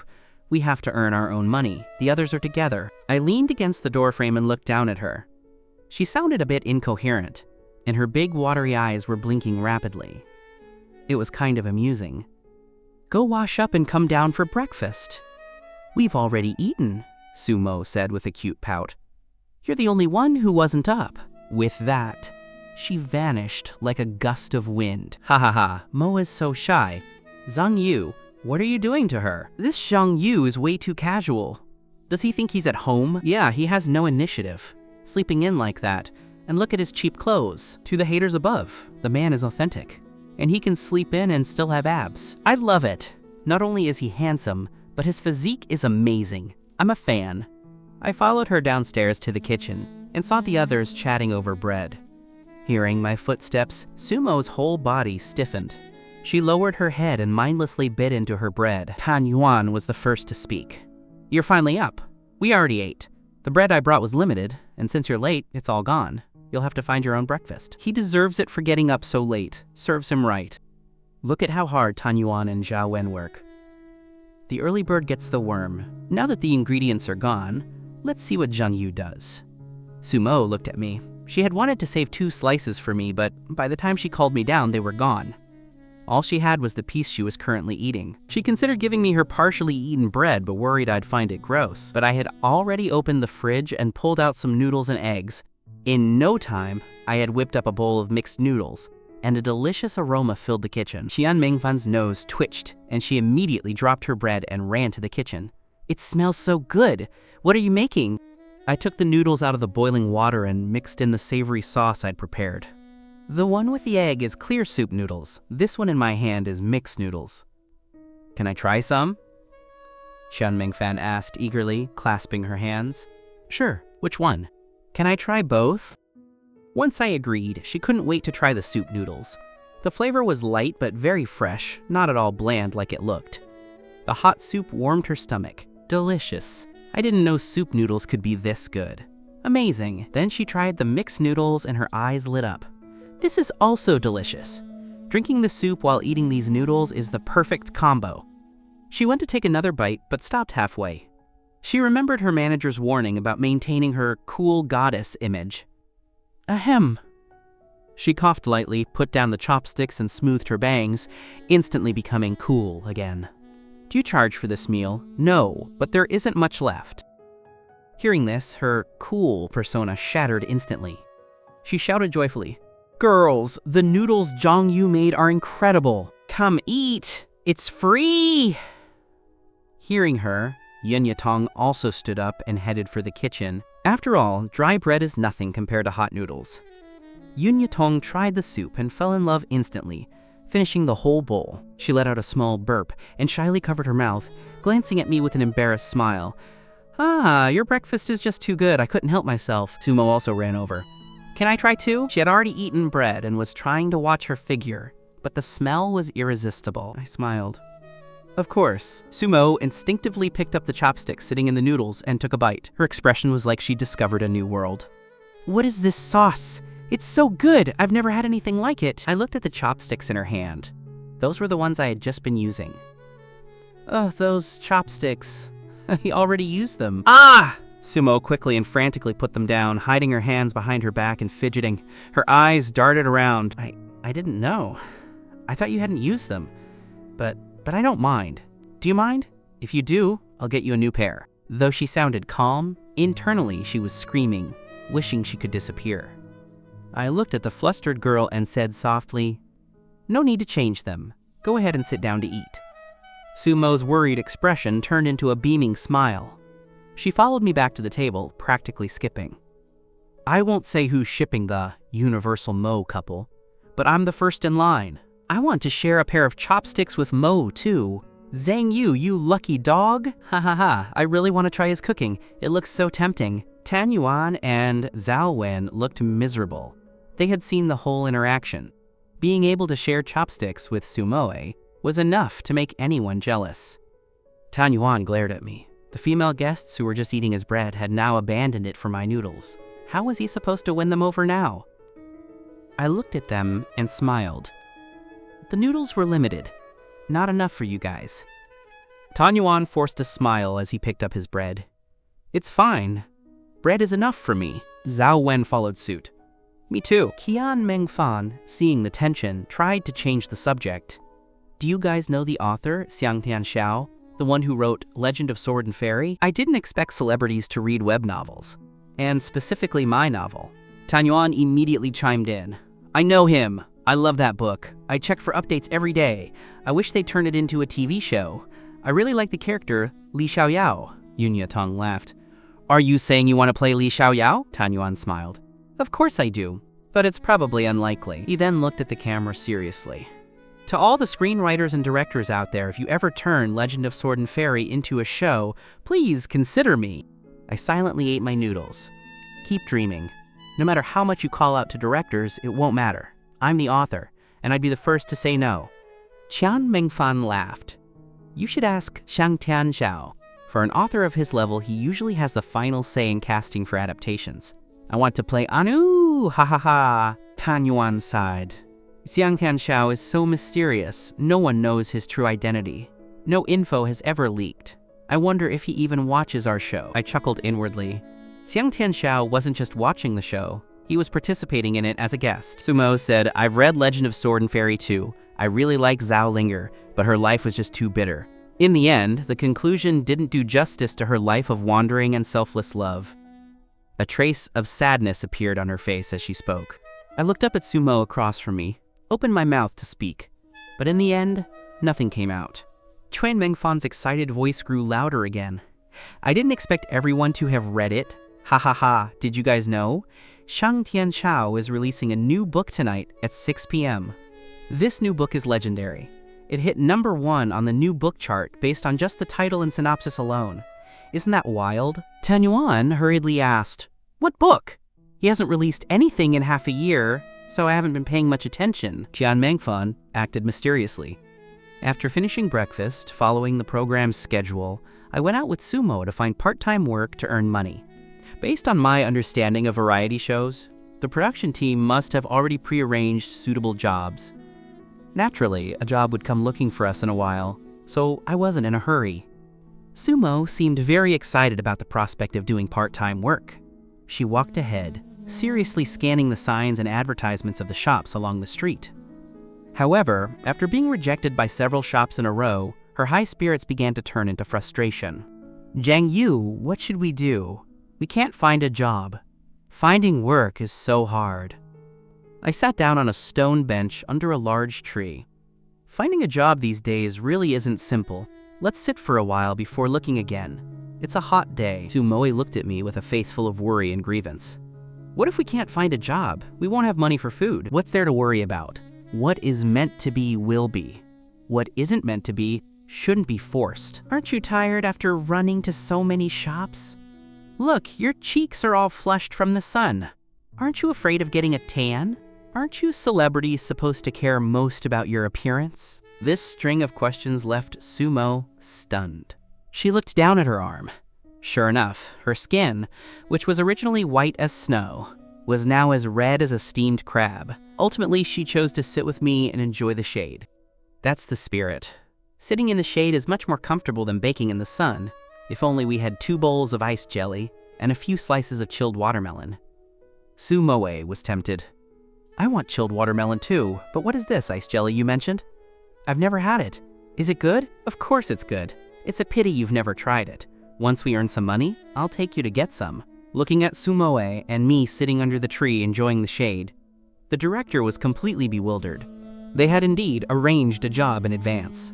As long as the two continued searching a bit longer, the person they arranged would have appeared to recruit them. But why did these two stop searching? Why did they just sit down to rest? The producer was also helpless. Zhang Yu said the weather is too hot and he doesn't want to move, so he pulled Sumo to enjoy the shade under the tree. The weather is too hot? He doesn't want to move? Then how can the other 4 guests search for jobs properly? It's Zhang Yu again, that attention seeker. What do we do now? The person we arranged is standing not far from them, but they're sitting down and won't go over. The show can't go on. The director had a look of melancholy, as if I had wounded his very soul. Have the person we arranged go to them. Soon, a long-haired woman dressed simply, carrying a recruitment sign, walked toward us. The sharp-eyed Sumo immediately got excited. Look, that person seems to be hiring. Let's go check it out. I really didn't want to move, but seeing the sparkling look in Sumo's eyes, my heart softened. Sumo skipped toward the woman. Hello. Are you hiring? The woman nodded with a smile. My name is Xiaotian. I'm looking for 2 people to help me clean a house, but I only have a budget of 300 yuan. Sumo was overjoyed to finally have a job and was about to agree. But then she saw me pull her aside and answer first. Only 300? That's too low. After saying that, I started to lead Sumo away. Wasn't she an NPC sent by the director? How could she be rejected? What should she do next? The director hadn't taught her this. Everyone in the director's booth was stunned. This Zhang Yu is a real troublemaker. What now? The director let out a long sigh. What else can we do? Add 100 to it. Xiaotian quickly followed the instructions. How about 400? I can't go any higher. I smiled and raised an eyebrow. Ha, Zhang Yu is amazing. He's actually haggling at a time like this. You can tell Xiaotian was sent by the crew at a glance. Look at her bewildered expression when Zhang Yu rejected her.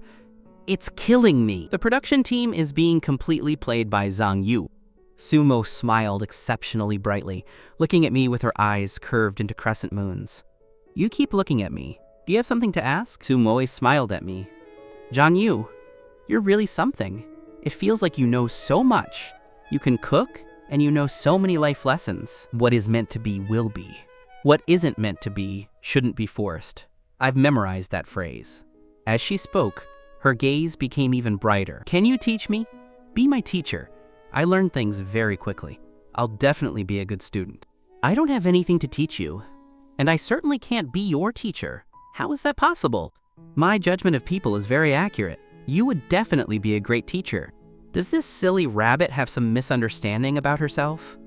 With those innocent eyes, how could her judgment of people be accurate? I don't care. From now on, you are my teacher Zhang. I've lived with my dad since I was little. He's busy all day and has no time for me. I don't have many friends, so I don't actually have much common sense for daily life. We're going to clean that lady's house soon, and I don't know if I'll do a good job. I hope you won't look down on me. As long as you teach me, I'll learn very fast. Though Sumo kept smiling while saying this, I could see a hint of loneliness in her eyes. I let out a long sigh in my heart. Since you've called me teacher, then I must teach you something, otherwise I'd be failing the title. Sumo immediately perked up. Her ears metaphorically pricked as she listened intently. I coughed twice. If you're cooking and accidentally add too much salt, what should you do? Sumo rolled her large, round eyes. I don't know. What should I do? She looked at me like a puppy waiting for a treat, anticipating the correct answer. It's actually simple. You just need to set the dish aside for a while. After all, time heals all wounds. Or in this case, time dilutes everything. Note, a pun on the Chinese phrase for dilute/fade. Sumo blinked blankly. After several seconds, she realized, what kind of answer is that? She thought I was going to teach her actual cooking experience. Teacher Zhang, were you just messing with me? Not at all. Although the answer and the question are a bit unrelated, my goal was to use this question to tell you a great life philosophy. Think about it carefully. Sumo tilted her head and began to think seriously. Suddenly, her eyes lit up. Are you trying to tell me that time fades everything? Actually, I didn't know what life lesson was in that question either, but since Sumo said it, let's go with that. Exactly. That's the lesson I wanted to teach you. In life, you have to look forward and don't look back. There's no need to take those upsetting things to heart, because as time passes, everything will fade. Sumo's cherry pink lips parted slightly as she looked at me with admiration.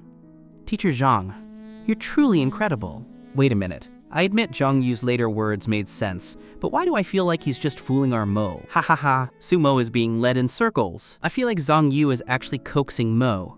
Or is my shipping of this couple causing me to hallucinate? To the person above, I support your theory. Squee, it's too sweet. I continued to teach Sumo some life common sense with a straight face. Sometimes when we make coffee or instant noodles, it's a hassle to boil water every single time, right? Sumo nodded obediently. If you use a kettle every time, it is a bit troublesome. And if you use a water dispenser, you can only get 1 cup at a time, and it's not even a full boil. There's a way to solve this trouble. Just boil a lot of water at once, then store the hot water in the fridge. When you need it, just take it out and heat it up. Sumo's face lit up with joy. Yes, that's a great method. Why didn't I think? Mid-sentence, her smile vanished and her brow furrowed. She balled her hand into a fist and gave me a light, angry punch. She pouted and stopped talking to me. I didn't expect the silly rabbit to catch on. It seems she isn't as dumb as I imagined. I'm done joking. I'm gonna tell you some real dry goods, useful info now. Do you still want to hear it? Sumo, who was angry just a second ago, instantly put it behind her and turned to me. I want to hear it.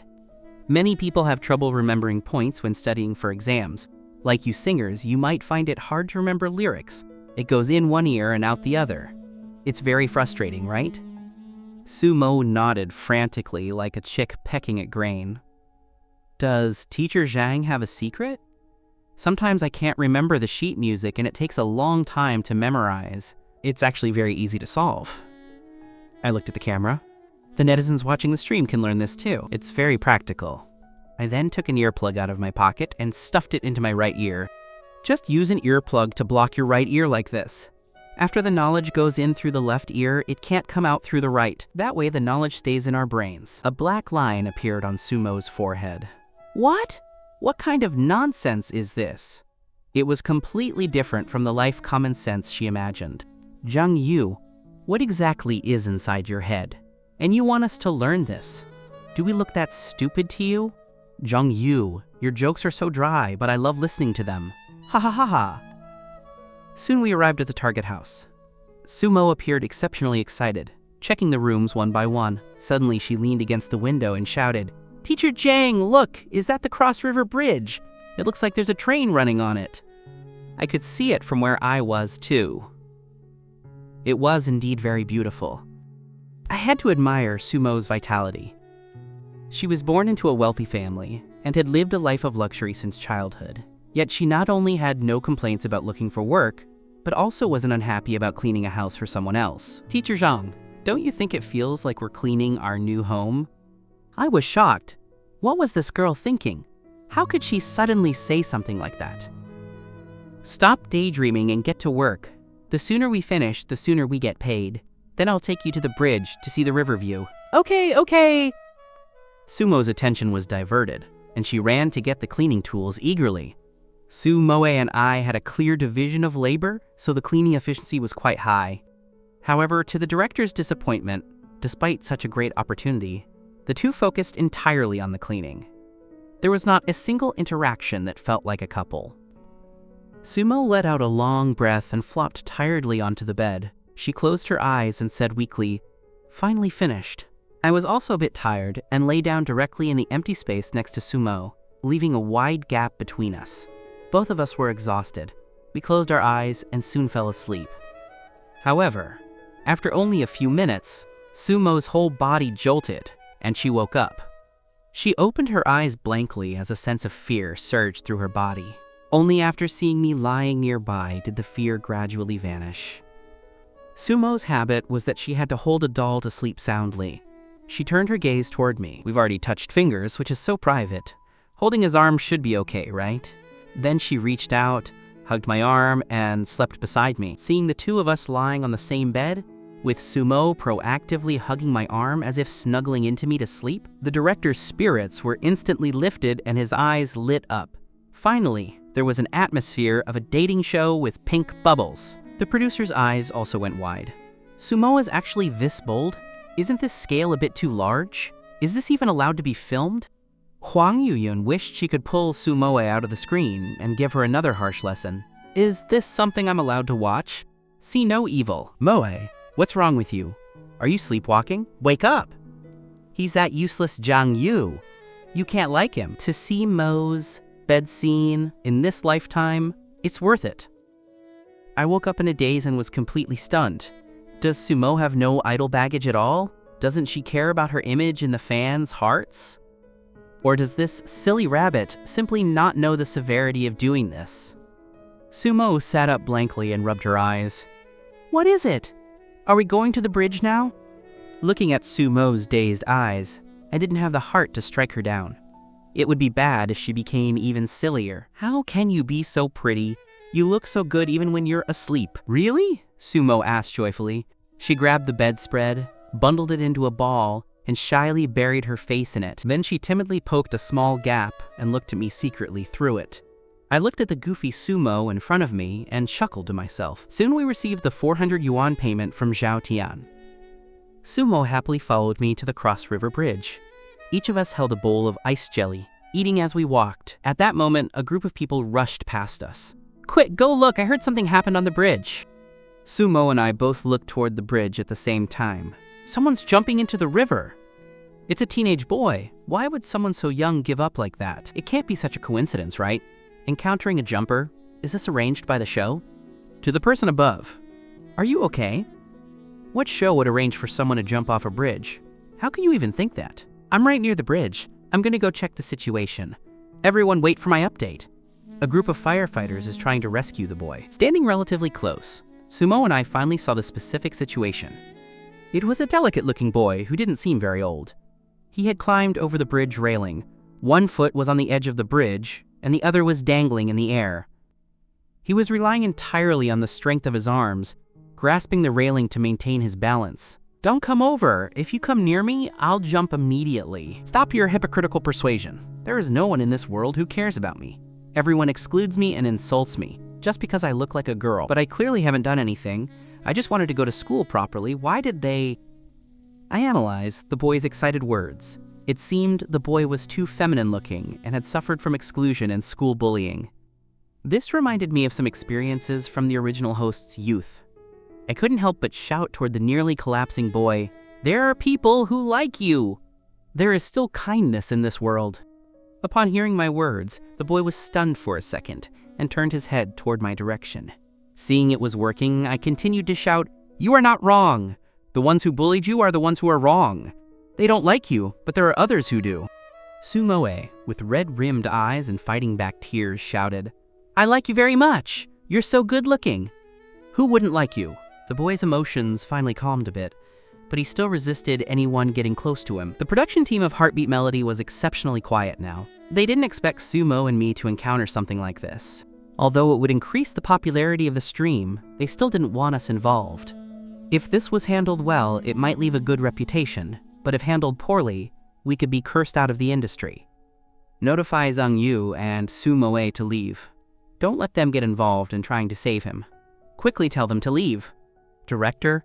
It's too late. Upon hearing this, the director's face turned pale.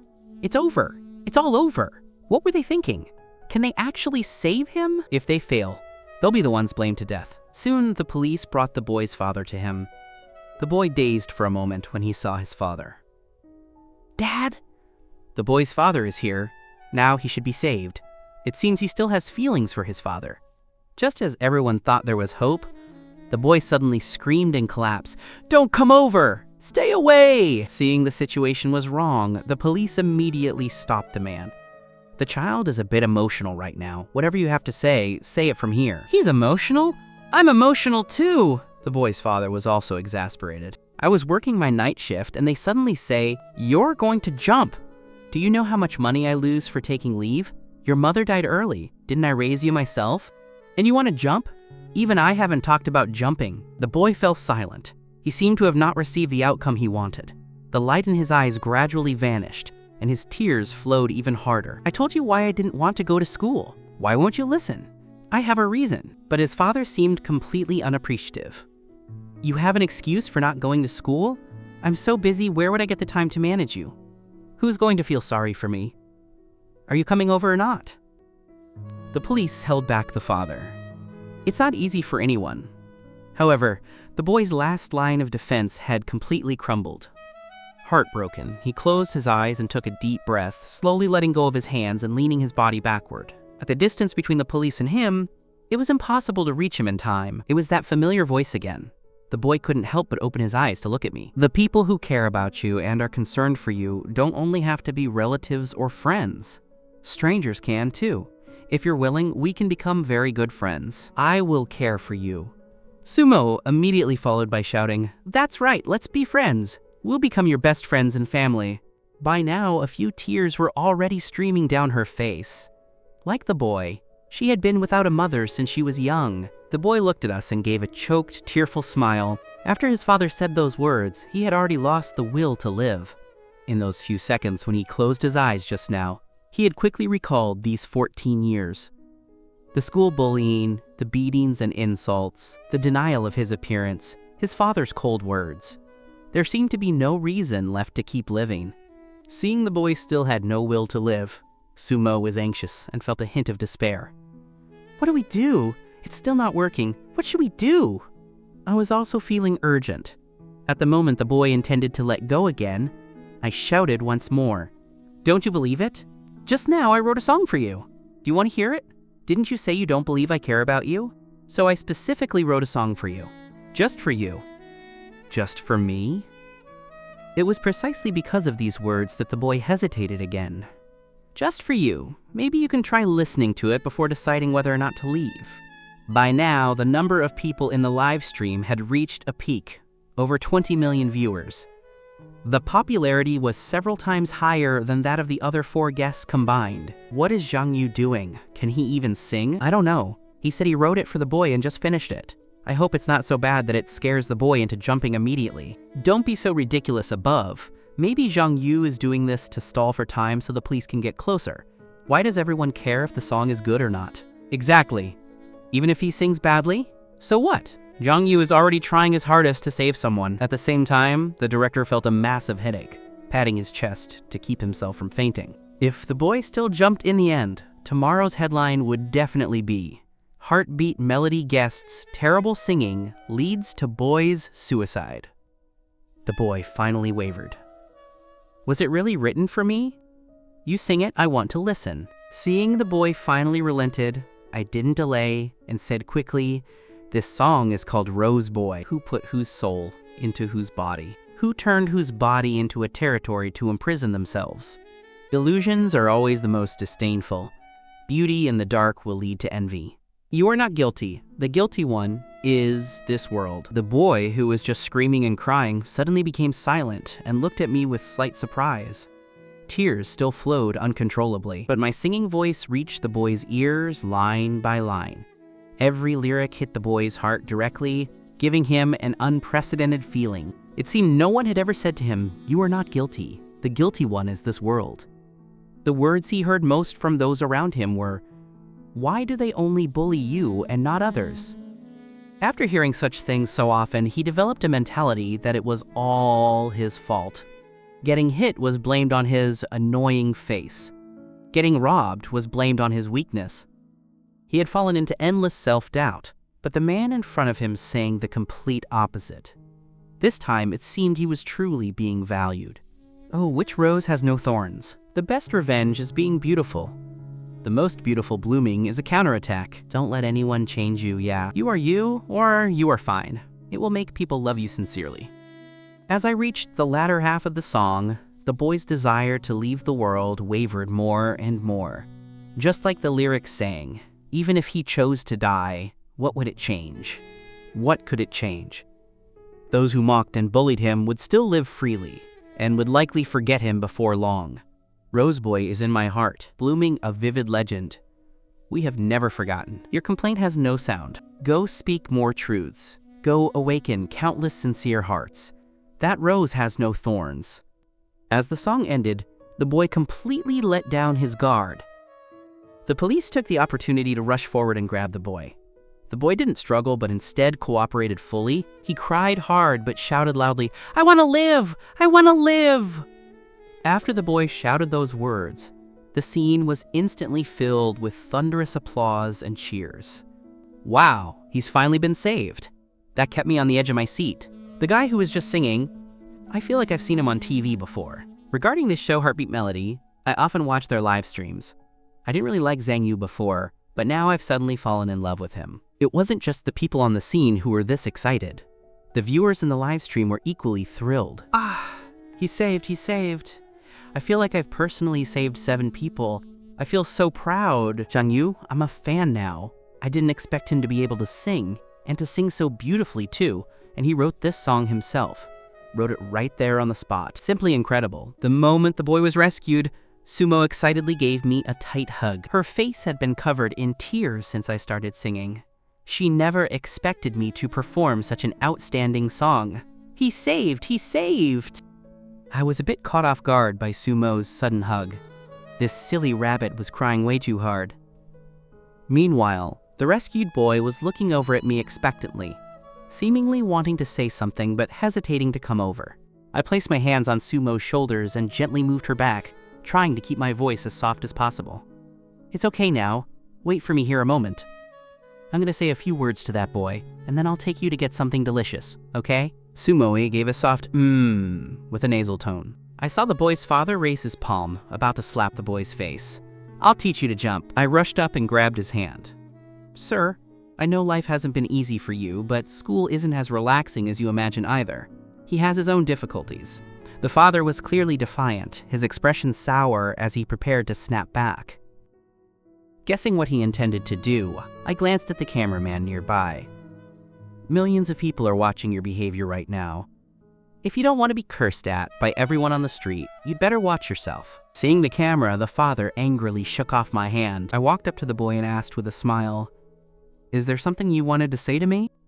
The boy glanced at Sumo, not far away, and asked curiously, "Brother, is she your girlfriend?" I was a bit speechless. "No.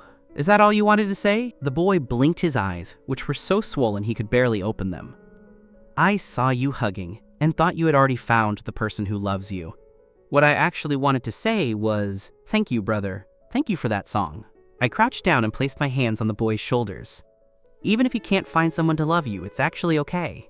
As long as you love yourself, that's enough. I glanced at the impatient father in the distance, then turned back to the boy and said solemnly, "If anyone makes you feel uncomfortable, or attacks and belittles you, you can choose to distance yourself, even if they are family." "Understand?" The boy nodded firmly. "I understand. I will." Just as we finished talking, the phone in the boy's pocket rang. Looking at it, his face immediately lit up with joy. My teacher just sent a message saying the people who bullied me have been expelled from school. The teacher also told me not to be afraid anymore. The school and teachers will stand behind me. If I don't want to live at home, they'll arrange for me to be a boarding student.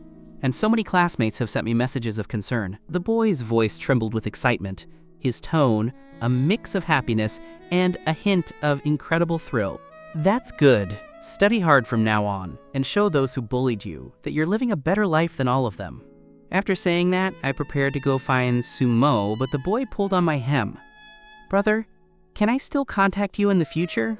I took out my phone and handed it over. Of course. Add my contact info. You can reach out whenever you want. By the way, my name is Zhang Yu. The boy smiled, revealing 2 rows of white teeth. My name is Wang Zishi. I nodded. A very nice name. I'll remember it. You must live on strongly.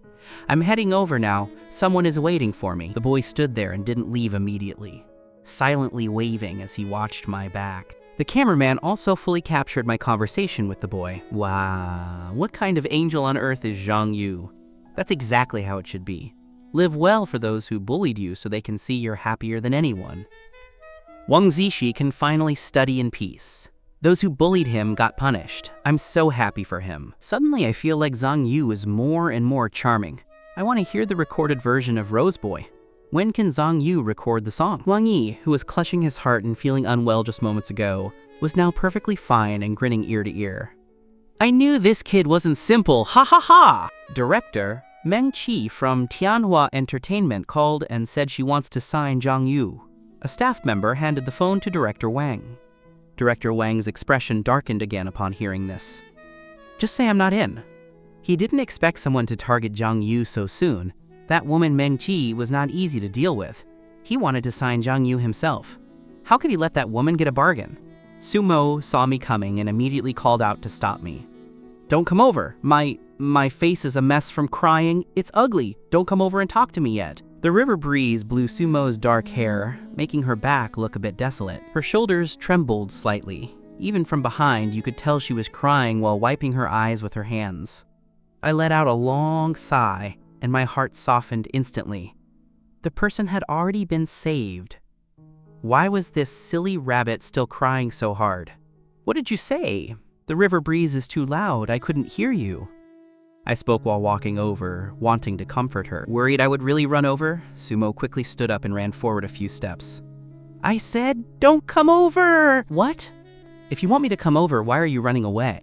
Sumo realized she had been tricked again. It wasn't that the wind was too loud. Zhang Yu did it on purpose. She turned around, wanting to give me a punch. I stepped closer and asked, did you think of something? Why are you so sad?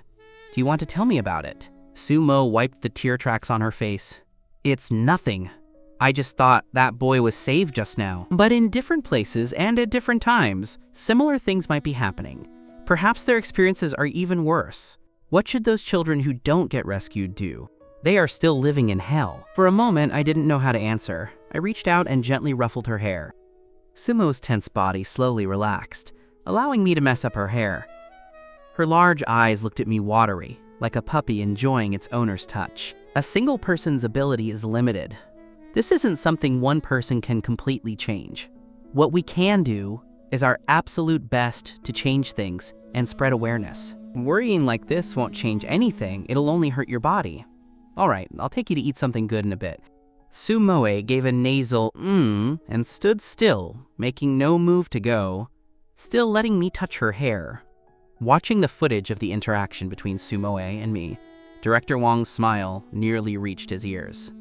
This is the first time Zhang Yu has been proactive, right? Too sweet, it's really too sweet. The other producers also had their heads filled with pink hearts. Even their pupils seemed heart-shaped. Ah, my Universal Mo CP is the best. That head pat is killing me. The height difference is just perfect. Just kill me to celebrate for them. Wah! It's too sweet. It's sweet, but it feels like a script.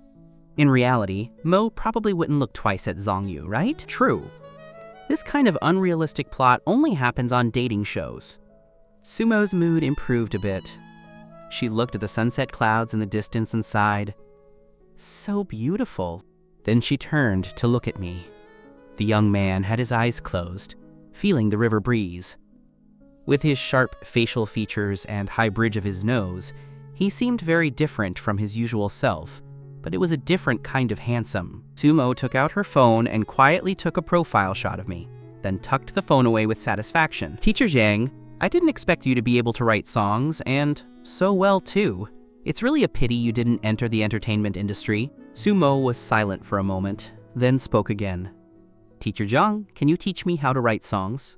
My heart, however, remained completely unmoved. I just wanted to spend this month peacefully. If it hadn't been for a living soul, I wouldn't have sung that song. Besides, teaching a white rabbit to write songs sounded like way too much trouble. The expectant expression on Sumo's face instantly slumped. I don't know how. I didn't want to explain much. After all, my songs were all borrowed. How is that possible? The song you just sang was clearly written so well. Sumo pouted. I really don't. That one was just a stroke of luck. If I teach you, I might make you worse. What if I lead you astray? Sumoe obviously didn't believe it. Zhang Yu's answer clearly meant he was unwilling to teach her. Thus, she walked ahead moodily. All the way until they crossed the bridge, Sumo didn't take the initiative to say a single word to me. However, every 2 steps she took, she would stop and glance back, as if afraid she'd lose me. Wait, what's up with the atmosphere between these two? They were so sweet a moment ago. Why is it suddenly like this? How could Zhang Yu have the heart to refuse our moe? Why refuse? Is that even a question? Didn't Zhang Yu answer it himself? Because he doesn't know how. Rouge Boy definitely wasn't written by Zhang Yu himself, which is why he refused Sumo so decisively. If he agreed, wouldn't he expose the fact that he didn't write it? Even if he didn't write it, his singing was still amazing? Is there a need to hate? Sumo walked ahead crossly for a few steps, then stopped to look back. Why wasn't Zhang Yu taking the initiative to talk to her? She had already made her hints so obvious and given him a way out. She wasn't even angry that he wouldn't teach her anymore. I'd better be the one to talk to him first. She turned around and shyly stepped toward me. Her red lips parted to say just one word. My voice beat her to it. Look over there, someone is making sugar dolls. Sumo was stunned for a moment and blinked several times. Sure enough, an old man was sitting in front of a small cart making sugar dolls. Her previous unhappiness vanished instantly. Her eyes sparkled as she looked at the little sugar dolls on the cart. Really? I wonder if the grandpa knows how to make little white rabbit sugar dolls. Understanding the hint, I turned and walked toward the old man. Sumo followed behind me with a beaming smile, skipping joyfully. She even felt that we looked like a young couple on a date. The girlfriend asks for something, and the boyfriend buys it without a second thought. Boss, can you make a little white rabbit sugar doll? The owner said very confidently and proudly. Of course, I can make a rabbit in any pose. Singmo smiled even brighter, her hands behind her back as she swayed happily. She even hummed a little tune in her nose. She already planned to get 2 little rabbit sugar dolls, one crouching and one lying down. Hee hee. I nodded at the owner's words and then said to Sumoe, he says he can make them, and in any pose. All right, let's go. Sumo's face turned into a giant question mark, and her previously excited expression gradually froze. She went from smiling eyes to a dim gaze, then her eyes turned red, and finally they welled up, as if she were about to cry the next second. I hurried to apologize. I was joking, just teasing you. Make one of every rabbit pose you know. Tell me how much it costs in total. Then, as the owner finished each one, I handed it to Sumoe. Looking at the rabbits in her hands, one after another, the corners of Sumo's mouth instinctively curled up. I caught a glimpse of her smile out of the corner of my eye and unconsciously smirked as well. By now, both of us were hungry. I brought Sumoe to a food stall area. Sumo looked around, her hands rubbing her clothes on her thighs. It was very noisy. Everyone was talking. Some men were excited from drinking, even shouting loudly, and the sound of beer mugs clinking on tables mixed with rough, loud voices. Sumo shivered and instinctively moved closer to me.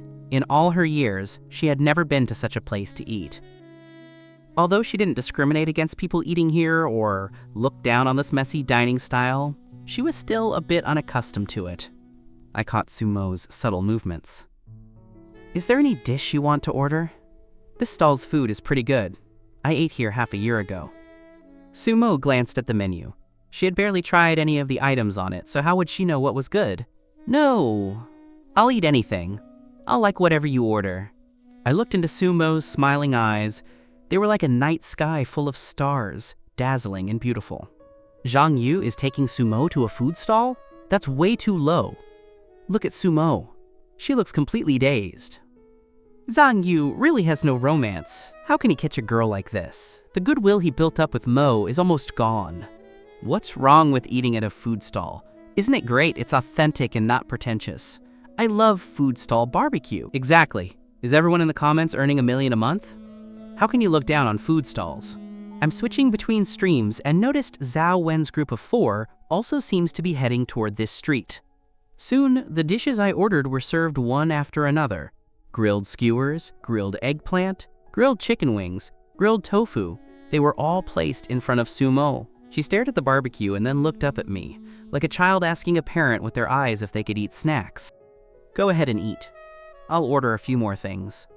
Having received permission, Sumo happily tried to pick up the grilled eggplant, but with her chopstick technique, it was difficult to grab. Seeing this, I quickly stopped her. What are you doing? Put the eggplant down first. Sumo was a bit confused. I can't eat this? Her tone carried a hint of grievance. It's not that you can't eat it, it's just not how you eat it. Have you never had this before? I asked gently and patiently. Sumo nodded obediently. Never. I haven't tried many of the dishes you ordered. This poor child has never even had this. You have to eat it like this. I used the chopsticks to move the eggplant meat without breaking the skin, then picked up a piece of the meat and put it in my mouth. It was as if Sumo had opened a door to a new world. She couldn't wait to pick up her chopsticks again and try it my way. It's so good. So amazing. Seeing Sumo's little greedy cat look, I silently added 2 more orders of eggplant. I love grilled eggplant too. I thought Sumo wouldn't be used to it, but I didn't expect her to like it so much. She feels so real, not like she's faking it. To those who looked down on food stalls earlier, see? Sumo isn't even as fussy as you. Just as the two were enjoying their meal, a familiar voice suddenly came from nearby. What a coincidence. I didn't expect to see you here. Zhao Wen, Tan Yuan, and the other 2 were standing in front of us. Sumoe, who was eating happily, was surprised. Ah, why are you guys here too? Zhao Wen beat everyone to the punch with a smile. What a coincidence indeed. We heard the corner ahead is a very famous snack street, and figured since we had nothing to do after dinner, we'd come take a stroll. After saying that, he sized me up and then scanned the surrounding dining environment as if unintentionally. Why are you eating here? You followed him all day and he brought you to a place like this? He glanced at me sideways, his tone carrying a hint of disdain and contempt. The 4 of them didn't know about me saving the child on the bridge. In their eyes, I was just a migrant worker who knew nothing but cooking. Sumoe retorted before I could. It's great here. I've eaten a lot of food I never had before. Teacher Zhang is really good at picking places. Do you want to try? Especially this grilled eggplant. It's super delicious. Have you had it before? She pointed at the eggplant on the table like a child sharing her favorite toy. Zhao Wen's face darkened. Sumo's reaction was completely different from what he had imagined. However, he didn't dwell on it. Seeing everyone else was interested in tasting the eggplant Sumo mentioned, he followed suit. After tasting the eggplant, the foodie Xian Mingfan excitedly gave Sumoe a thumbs up. Whoa, this is really good. I haven't had it in so long. Eating this today is pure bliss.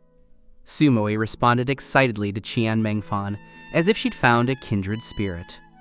You've had it before? That's great! I only found out about this dish today and loved it instantly. Good thing I didn't miss it. Ha ha ha! Let me tell you, based on my experience of eating my way through the world, this stall's grilled eggplant is truly top tier, Qian Mengfan said, sharing her expertise. She grabbed a skewer from the table, and in one swift motion, the entire row of meat was in her mouth, leaving only a stick in her hand. Sumo was stunned. She asked innocently, How? How can you still eat more? Chan Mengfan roughly finished another skewer, and then pulled Sumoe aside. That restaurant Zhao Wen took us to, the portions were so small they barely filled a gap in my teeth.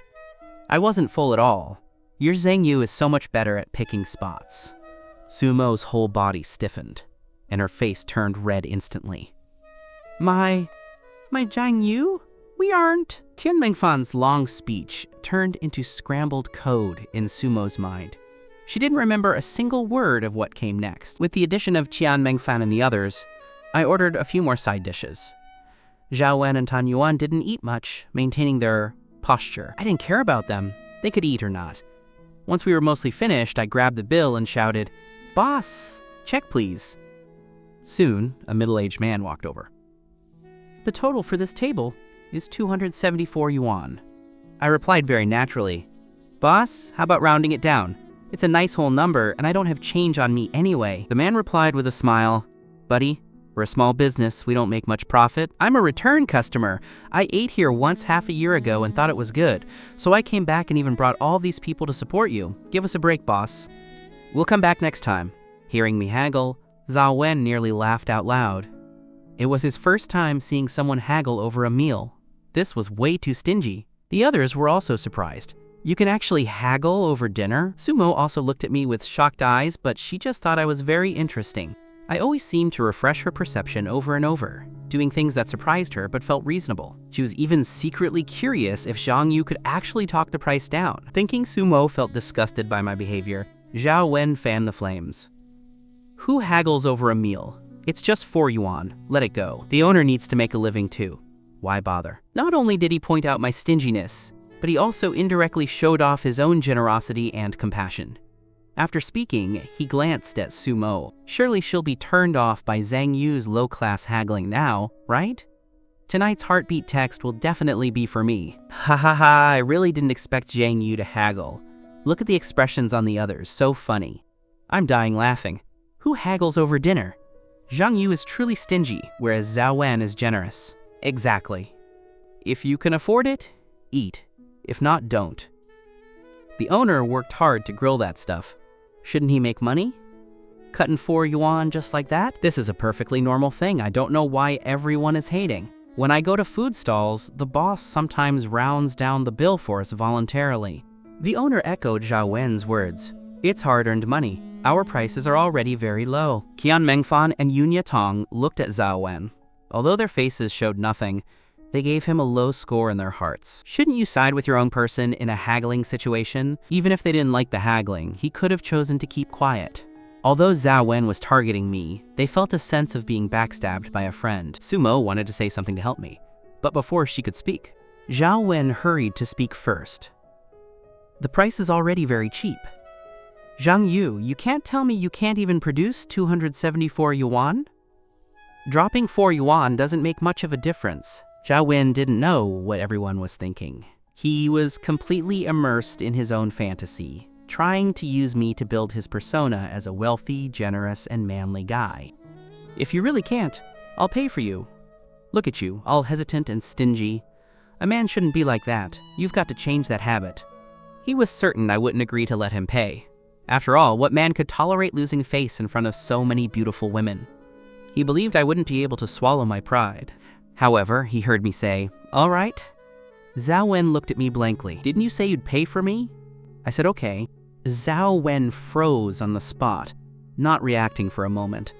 "By the way, remember to pay back that 15 yuan you owed me from last night while you're at it." Zhao Wen stood there like a wooden chicken, failing to respond.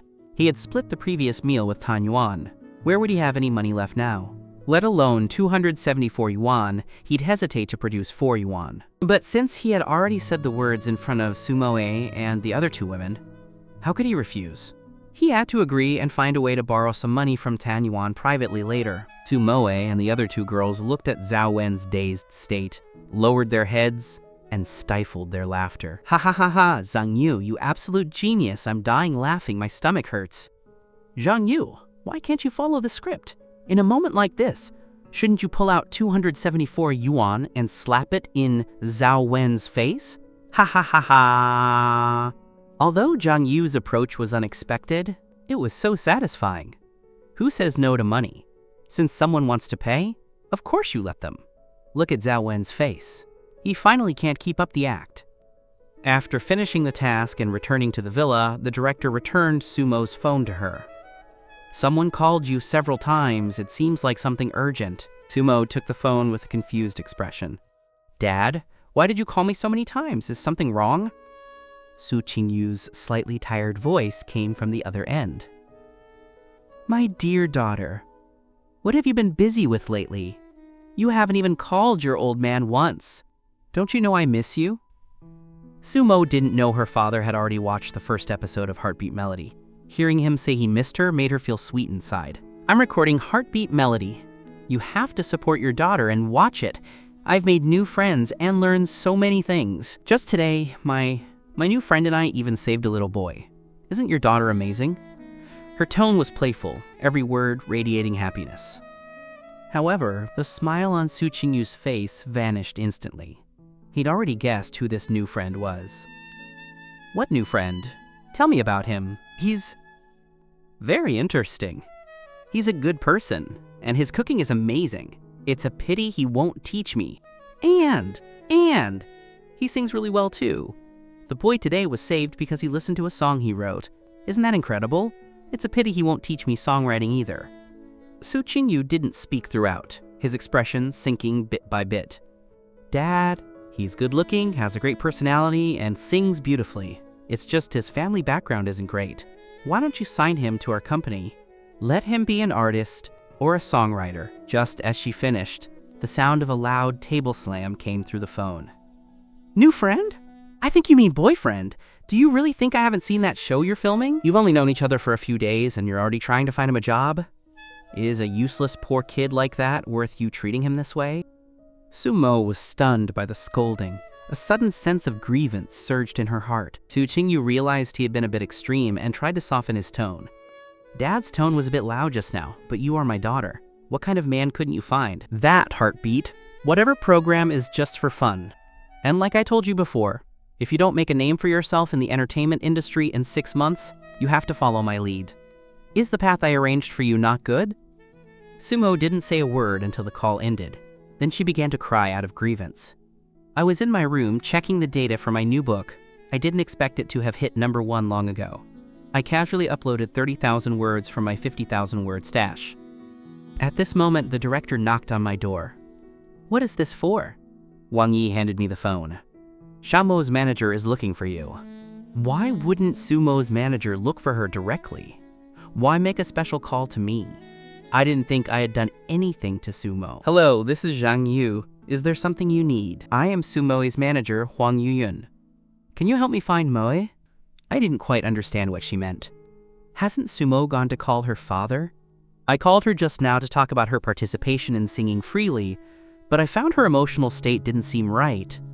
Although Director Wang said he'd send someone to look, I'm still a bit uneasy. I'm not by her side, and you're the only one in the whole show she's somewhat familiar with, so I wanted to ask for your help.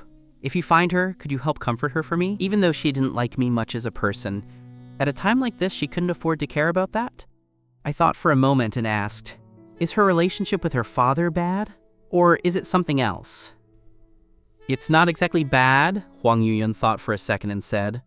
Actually, Chairman Su loves Moe very much. But with Chairman Su's temper, sometimes that love can be a bit extreme. He protects Mo too well, which sometimes leads to communication issues. Most of the time, though, their relationship is very good.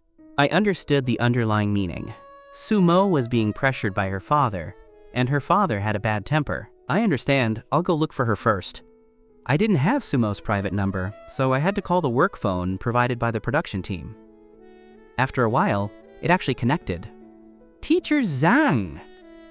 Sumo's voice was still as crisp and clean as ever, with a hint of a smile in her tone.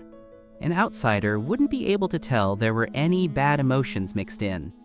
I even wondered if the manager had misunderstood. Where are you? Everyone is looking for you. I'm by the lake watching the stars. The stars here are so bright and beautiful. I didn't find the key information I needed from that. After all, the lake wasn't small. Can you tell me your specific location? I want to watch the stars with you. There was silence on Sumo's end. I didn't call her out, but intentionally fabricated a story. Aren't you scared? A girl sitting by the lake all alone in the middle of the night? No, there are faint lights here, and the moonlight is very bright. I'm not scared. I lowered my voice a bit. Haven't you heard? In this lake we're at, someone once saw a water ghost, the kind that looks for a substitute at night. They specifically target beautiful girls like you. You're lying. Sumo immediately had a mental image. and she was so scared she started to stutter. What would I gain by lying to you? Someone really saw it. You're from Kyoto, so it's normal you haven't heard of it since it's so far away. Now Sumo's head was filled with fear. Even the rustling of the wind through the leaves didn't sound right anymore. Then, what should I do? Will I be pulled into the lake as a substitute? No, I'm coming to find you right now. I won't let the water ghost have its way. As I spoke, I sent Sumo a location share via WeChat. In less than a second, I saw Sumo enter the location share. It seemed this silly rabbit really believed me and was truly terrified. I jogged all the way and quickly found her. Sumo was sitting on the ground, arms around her knees, curled into a ball. As I approached, she was like a startled bird, springing up and running in the opposite direction. It's me. Don't be afraid. The water ghost thing I said just now was a lie. There are no water ghosts. I just wanted to scare you a bit. Hearing there were no ghosts, the tensed-up Sumo finally relaxed. Realizing she'd been played again, Sumo raised her small fists and pounded them against my chest a few times. I was in the wrong this time. Go ahead and hit me until you're satisfied. But as a girl, it's best not to come to such a remote place alone late at night. It's not safe. Sumo's emotions came and went quickly. I sat down beside her. If you're unhappy about something, you can tell me. I'm really not. I'm fine now. She suddenly remembered something. We send the heartbeat texts at 10:30, right? She took out her phone to check the time. Instantly, she became lively again and ran toward the villa. There's only 1 hour left. We can't waste it. I need to hurry and write my song. I sent a message to Director Wang saying Sumo had been found and that we were heading to the piano room together. Sumo immediately opened her sheet music and sat at the piano to start revising her composition. I asked curiously, "Did you write this?" Sumo smiled and admitted it very openly. Yes, I'll play it once for you. Give me some feedback after you listen.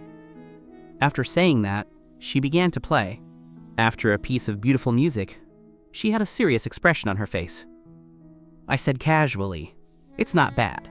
Of course, compared to the music of this world, it was okay, but compared to the music from Earth, it was mediocre. Sumo pouted. But I feel like something is wrong, and no matter how I modify it, I'm not satisfied. How about you help me try to change this piece? She believed I definitely knew how to write songs and that I had just made up an excuse because I didn't want to teach her. If it's modified well, there will be a corresponding reward. After saying this, Sumo worried it might offend me and quickly waved her hands. I know that for a creator, measuring their work with money is an insult. But I just felt... I interrupted her. I understand what you mean. Who said money is an insult to me? I can't wait to have more of it. So are you willing to help me try to change this piece? Even if it doesn't turn out well, it's okay. I know it's hard. Sumoe sat on the piano stool and looked at me expectantly. Before I could answer, Zhao Wen's voice came from outside the piano room. Modify what piece? Let me help you change it. I don't need your money. Behind him followed Tanyuan, Qian Mengfan, and Yunya Tong. Tanyuan looked at me and smiled. Yeah, Brother Zhao Wen's songs are very popular. So many people like them. Letting him change the song for you definitely won't go wrong. Hearing himself being praised, a proud expression appeared on Zhao Wen's face. Sumo looked at me, feeling a bit conflicted. Because the cameramen had followed them in, they were currently being live-streamed. Sumo only wanted me to change the song, but in front of the live stream, she couldn't easily embarrass Zhao Wen in public. Senior Zhao Wen's songs are indeed very good. Why did you all suddenly come down? We heard the sound of your piano and wanted to come see. Wait, I was just focusing on the four of them playing games. When did Zhang Yu and Sumo quietly sneak into the piano room? I didn't see it either. Production team, what's with these two? Are they trying to be different? While the other four were working hard at playing games, these two were on a private date. Ayaya, I told you the Universal Mo CP is real. Zhao Wen was bent on helping Sumo rewrite the score. Mo, what kind of changes do you want for the piece? I heard you're going to participate in singing freely. Are you preparing to sing this piece there? Sumo nodded. Yes, and recording for Singing Freely starts in 3 days. I haven't finished writing my song yet. The time is so tight. Mo, why didn't you say so earlier? It's the perfect chance for me to help you. Zhao Wen intentionally pushed me aside. Let me see the score you wrote, then play it again so I can hear how to change it. Because he was an A-list singer, he naturally assumed he was the best at songwriting among them. To his surprise, Sumo stood up and pulled me back after I'd been pushed. But I already asked Teacher Zhang to help me just now. Even though Teacher Zhang didn't agree, he didn't refuse either. I have to be a person of my word, right? Don't you think so, Senior Zhao Wen? Everyone present looked at Zhao Wen. Visibly, his expression froze for a second. Teacher Zhang and Senior Zhao Wen, two different titles, showed the special status I had. However, he immediately regained his smile. Indeed, how about this? Both Zhang Yu and I will help you change it. You use the version from whoever does it better. What do you think? Zhao Wen wouldn't give up such a good opportunity to show off. If he could change Sumo's song into a version she liked, she would definitely send him the heartbeat text later. Zhang Yu, do you have any objections? I didn't know you could write songs too. In his eyes, Zhang Yu was clearly just an ordinary migrant worker. What kind of good song could he write? I replied with a smile. There are many things you don't know. I have no objections. No one expected me to agree so decisively, and everyone present showed an expression of disbelief. Did I hear that right? What is Zhang Yu thinking? Why did he agree so readily? It gives me the illusion that Zhang Yu is some big-shot songwriter. Brother Zhao Wen is the best. His songs are the most beautiful. Where does Zhang Yu get his courage? Don't you guys know yet? Zhang Yu actually can write songs, and they are very beautiful. Didn't Zhang Yu say he's a migrant worker who lives off his parents? Do you think someone like that is cut out for songwriting? Mo, play the piece again for me. I'll change it for you first. So Sumo played her unfinished piece once more. Hearing the piece for the second time, I felt a sense of familiarity. Listening closely, I realized it was very similar to Jay Chou's Tornado. Zhao Wen was the first to applaud. It's well written. This is your first time writing a song, right? To be able to write something like this the first time is already very impressive. Even without my changes, it would get a good result. Yeah, I think it sounds pretty good. Why change it? Qian Mengfen laughed with a confused look. Yun Yatong followed up. I also think it sounds good. Tan Yuan laughed a few times. Apart from Moe, only Brother Zhao Wen and Yatong are professional singers here. Since even they say the piece is well written, it must be truly good. Sumo smiled and said, Thank you for the praise. If you keep going, I might float away into the sky, haha. But I still feel there are many flaws. I just don't know which direction to take the changes. Zhao Wen patted his chest confidently. Don't worry, I already have a direction for the modifications in mind. I'll play it for you now. No matter what, since he could make it to the A-list, he had at least some talent. A few minutes later, Zhao Wen finished playing his adapted version. The room erupted in applause. I thought the piece Mo wrote was already good, but I didn't expect it to be so different after Brother Zhao Wen's changes. Indeed, the transitions are much smoother in several places, especially the chorus. It's been elevated. It's not that Mo's original was bad, but that Zhao Wen's version is better. Yun Yatong smiled at Zhao Wen again. As expected of Brother Zhao Wen, to be able to modify the piece to this extent in such a short time. Qian Mengfen, being tone-deaf, could only echo, It sounds good, both sound good, you're all amazing. Zhao Wen was beaming, and though he was floating inside, he said modestly, It's still because Mo's original was good. I just made some minor modifications based on hers. The main credit goes to her. As the person involved, Su Moe had the most say. Zhao Wen's adaptation was indeed much better than her own, and he had made several changes she hadn't thought of, but she still felt it wasn't good enough. After your modifications, it's indeed different. It's modified very well. However, she didn't voice her true inner thoughts.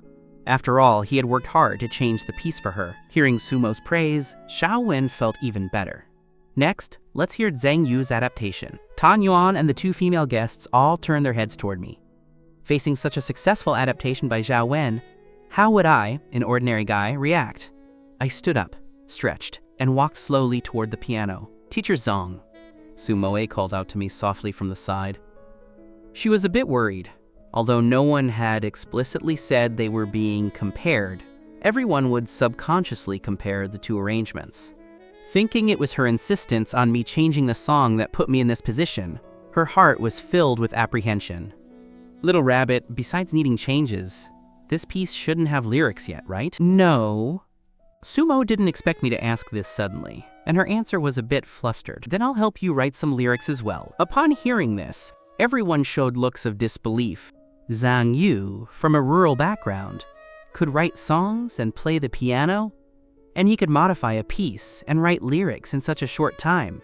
In such a short time, even Zhao Wen wouldn't dare say he could do both the arrangement and the lyrics. Regarding the lyrics Zhang Yu mentioned, surely he's not just gonna throw a few random words together and call it songwriting. Zhao Wen sneered in his heart, waiting for me to shoot myself in the foot. Tan Yuan had the same thought.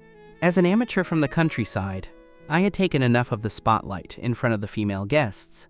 He naturally hoped I would make a fool of myself. The 3 female guests didn't have as many schemes. They were simply surprised that I could both modify music and write lyrics, and they looked forward to seeing what kind of result I could produce. Did I hear that right? Zhang Yu said he not only modified the piece, but also wrote lyrics for it. Looking at Zhang Yu at the piano, he seems very confident. It'll be awkward if he's not as good as Zhao Wen in the end. Sumo should just use Zhao Wen's version. Zhang Yu isn't a professional singer. To those saying Zhang Yu isn't a singer, go listen to his Rose Boy. I just went to listen to Rose Boy. It's good, but it's not certain if the production team's behind-the-scenes crew wrote it or if Zhang Yu did. Even if Rose Boy was really written by Zhang Yu, modifying a piece and writing lyrics in such a short time is not something an ordinary person can do. I hope Zhang Yu doesn't overdo the act.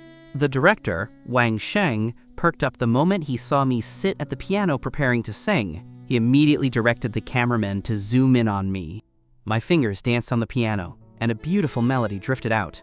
Love is like a gust of wind. It leaves as soon as it blows. No one can do anything about this kind of rhythm. After losing you, my soul is out of control. Black clouds are falling, and I am being dragged away by them. Zhao Wen, who had been full of confidence, suddenly turned serious. He stared at me, seemingly unable to believe his ears.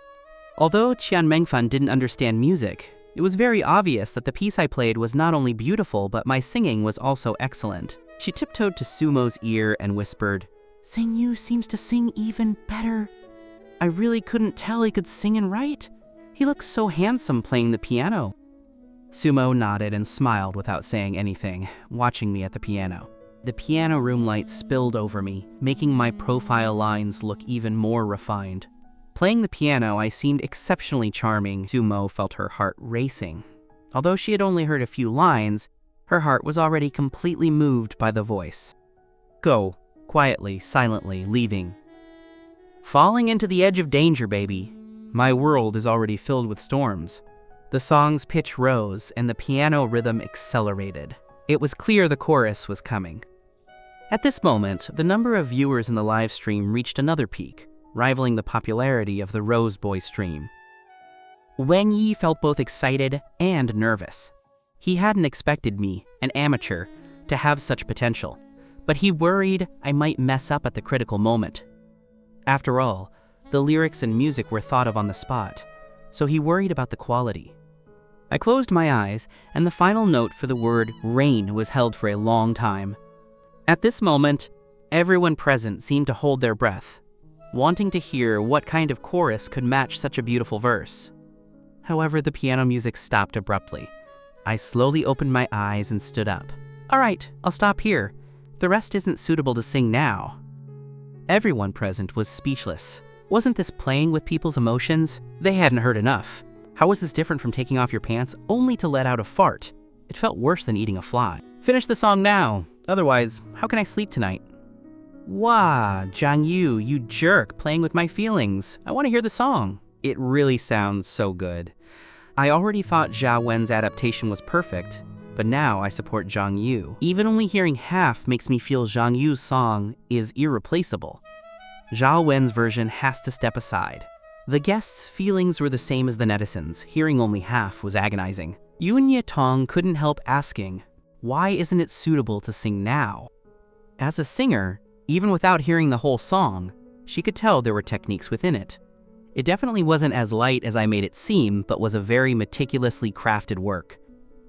Tan Yuan asked in confusion, "Is it because you haven't composed the rest yet, so you can't sing it?" "No," I replied very decisively. The rest of the song is already stored in my head. It's just that if Little Rabbit wants to perform it on Singing Freely, she needs to keep some mystery. If I sing it all now, what will she have left to sing then? Of course, it still depends on whether Little Rabbit is willing to accept my version. Sumo had almost no hesitation. Willing! Of course I'm willing. I've decided to use your modified version and lyrics. Hearing Sumo choose me without hesitation, I felt a strange sense of happiness. Zhao Wen, however, was unconvinced. He only sang half. We haven't heard the rest. What if the rest isn't good? Facing such a blunt question, Sumo also replied without hiding anything. But just this first part alone is already modified better than your version. She then glanced at me and smiled. And I believe the quality of the rest of the song will also be very high. Zhao Wen was speechless. He had actually lost to a half-finished product by Zhang Yu, and the opponent was a migrant worker he had always looked down upon. Instantly, a sense of shame rushed to his head, making him not want to stay in the piano room any longer. He walked out in silence. Before he could leave, the director's voice came through. It's about time now. Everyone, go back and prepare for today's heartbeat text segment. So everyone returned to their respective dormitory floors and began thinking about who to send their heartbeat text to. This time, the 3 female guests sat in the common area of the 3rd floor dormitory. The men sat in the common area of the 2nd floor. Tan Yuan looked at his phone, both nervous and expectant. Last time, he hadn't received a single heartbeat text, which felt embarrassing and shameful. But this time, he didn't think that would happen again. After all, during today's interactions, he thought he had performed quite well. Zhao Wen also felt he had performed very well, exercising his gentlemanly demeanor to the fullest.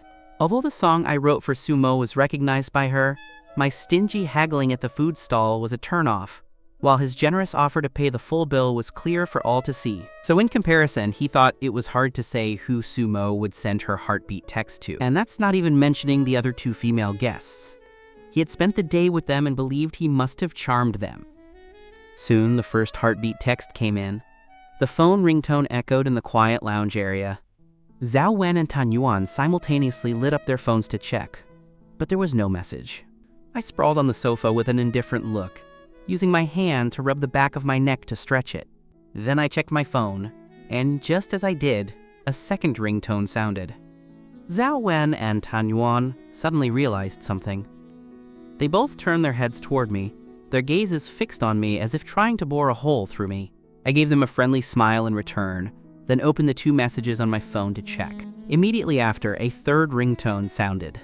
Zhao Wen and Tan Yuan instinctively lit up their phones. I held up my phone and shook it. It's my phone ringing. Zhao Wen's movement to check his phone paused, the smile on his face freezing for a moment. He threw the phone onto the sofa beside him. Tan Yuan's hand holding the phone tightened further, and he let out a few awkward laughs. Damn it, didn't receive a single text again. At least Zhao Wen is in the same boat this time. I opened the last message. Teacher Zhang, can you teach me your song tomorrow? The whole thing. Seeing this text, the smile on my face deepened. I quickly replied, okay. After the heartbeat text segment ended, the producer immediately announced the next part of the program. In the heartbeat text segment just now, only 2 guests successfully sent texts to each other. These 2 guests are Zhang Yu and Sumoe. These 2 guests don't have to go out to work for a dating fund tomorrow. Instead, the production team will provide you 2 with an 800 yuan dating fund. You 2 can distribute the 800 yuan as you wish, and you can also spend your time tomorrow however you like. As for the other 4 guests, since you didn't successfully exchange heartbeat texts, your schedule remains unchanged. You still have to go out and work to earn your own dating fund tomorrow. I couldn't quite believe it. You mean tomorrow we don't have to do anything? We can just stay home and sleep all day and still get 800 yuan? Is that it? The producer was a bit speechless.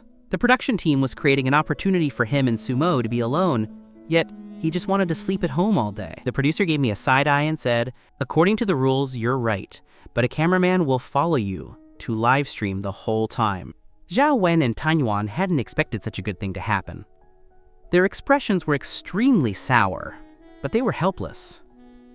Sumoe, knowing she didn't have to go out to work and could get money for free, couldn't suppress a happy smile. Yun Yetong wasn't very happy with the result, but she didn't blame anyone. She was just in a bad mood. and returned to her room with a cold face. Qian Mengfan had sent me a heartbeat text twice in a row out of pure appreciation for me, and a simple desire not to send one to Zhao Wen or Tan Yuan, so it didn't matter to her whether I replied or not. After hearing the producer's arrangements, she immediately showed a mysterious smile and went to Sumo's side, giving her a light nudge with her elbow. Hey, Moao, alone time. Then she gave Sumo a knowing look. Sumo hadn't thought about that yet, but being reminded by Chuan Mengfan like this, she immediately blushed with embarrassment. It's so late, go get some rest. We've been working together all day, it's nothing unusual. Back in her room, Sumo tossed and turned, unable to sleep. Her mind was filled with anticipation for how they would spend the next day. With that, today's Heartbeat Melody livestream came to an end, but the discussions online were far from over. Shang Yu is truly handsome and talented. He's the treasure boy discovery of the year. I'm starting to doubt. Did he really come from the countryside? This is too unbelievable. Where are the people who said he didn't write Rose Boy himself? What do you have to say about this second song? Who knows if the second song was also written by a team? After all, online things can be fake. What you see isn't necessarily the truth. Singing only half of the second song and then stopping looks like a scripted arrangement. The production team must be pushing Sumo. I don't care who wrote the songs. I'm just here for the CP. The Universal Mo CP is way too sweet. The next day, I still hadn't woken up by 10 a.m. The other 4 guests had long since gone out to work and earn money according to the production team's schedule. It wasn't until I heard a knock on the door that I reluctantly rolled over. The scene of Sumo seeing everything yesterday morning was still vivid in my mind. I threw on some clothes and walked over with heavy steps to open the door. Sure enough, Sumo was fully dressed, looking at me with those clear eyes. You're up! The moment she saw me, she broke into a vibrant smile and did a little energetic hop on the spot. I gave a grunt of acknowledgement, left the door open, and turned back into the room. Seeing me return to the room, Sumo thought I was going to change my clothes, but before she could even close the door, she saw me, who was supposed to be changing, crawl right back into the covers and lie down. The entire sequence of movements was incredibly fluid. Sumo was left utterly stunned. She wrinkled her nose in a playful pout and walked to my bedside. Teacher Zhang, get up! It's already past 10 in the morning. Hurry up! Sumo grabbed my arm and used all her strength to try and pull me up. However, I remained motionless as I lay there. Sumo didn't get discouraged. Instead, she became even more determined, shaking my arm relentlessly. They were live streaming right now, and she didn't want me to get criticized for sleeping in. Shaken to the point of exhaustion by Sumo, I groaned. Does the production team have any arrangements for our schedule today? Sumo shook her head. I asked again, did they tell us to work for living expenses? No. And didn't they give us 800 yuan for living expenses? Sumo nodded blankly, not understanding why I was asking all this. I crawled back into the blankets with a natural and swift motion. Then go back and rest. Don't waste a paid vacation. After saying that, I closed my eyes, attempting to catch some more sleep. This time, Sumo wasn't fooled. She spoke with clear logic and a hint of grievance in her tone. But you clearly said yesterday that you would teach me the new song. I even detected a bit of a spoiled vibe in her voice. That song isn't hard. With your talent, you can learn it in less than a day. Go back to sleep, okay? I'll teach you when we wake up. Sumo stood by the bed looking at my back, pouting in silence for a moment. Suddenly, she flipped up my blanket and quickly crawled inside, hiding herself completely under the covers. I turned around and saw Sumo lying inside the blanket, smiling at me. Hee, Teacher Zhang, get up! I sprang out of bed and pointed at Sumo, who only had her small round head peeking out of the covers. You! I wanted to say, how can a girl have no sense of propriety? We're still being live streamed, but my momentum quickly weakened. Thinking about Sumo's silly and naive personality, she was probably just playing around for fun. She likely didn't even realize what she was doing or what the serious consequences could be. Sumo blinked her large, watery eyes, clear, bright, and foolish. What about me? I just want you to get up. Who told you to stay in bed? Finally, she tossed her head with a self-important HMPH. To me, it didn't look intimidating at all. It looked more like she was acting cute, making her seem even easier to tease. Are you shaking your head to see if you can hear any sound inside? Sumo's train of thought was immediately led away by me. She moved her head as instructed. There's no sound. You didn't hear the sound of water? Sumo increased the intensity of her head shaking, trying her best to hear something. Really, nothing? I was speechless. All right. It's normal not to hear anything. It means it's empty in there. Ha ha ha, I'm dying of laughter. Zhongyu and Mo are such a hilarious duo. Is Zhongyu indirectly saying that Mo's head is full of water? Exactly. Mo, that silly girl, didn't understand a single word, ha ha ha. In the end, I was forced out of bed by the persistent little rabbit. To my surprise, Sumoe had actually saved breakfast for me. I took a spoonful of warm porridge and put it in my mouth.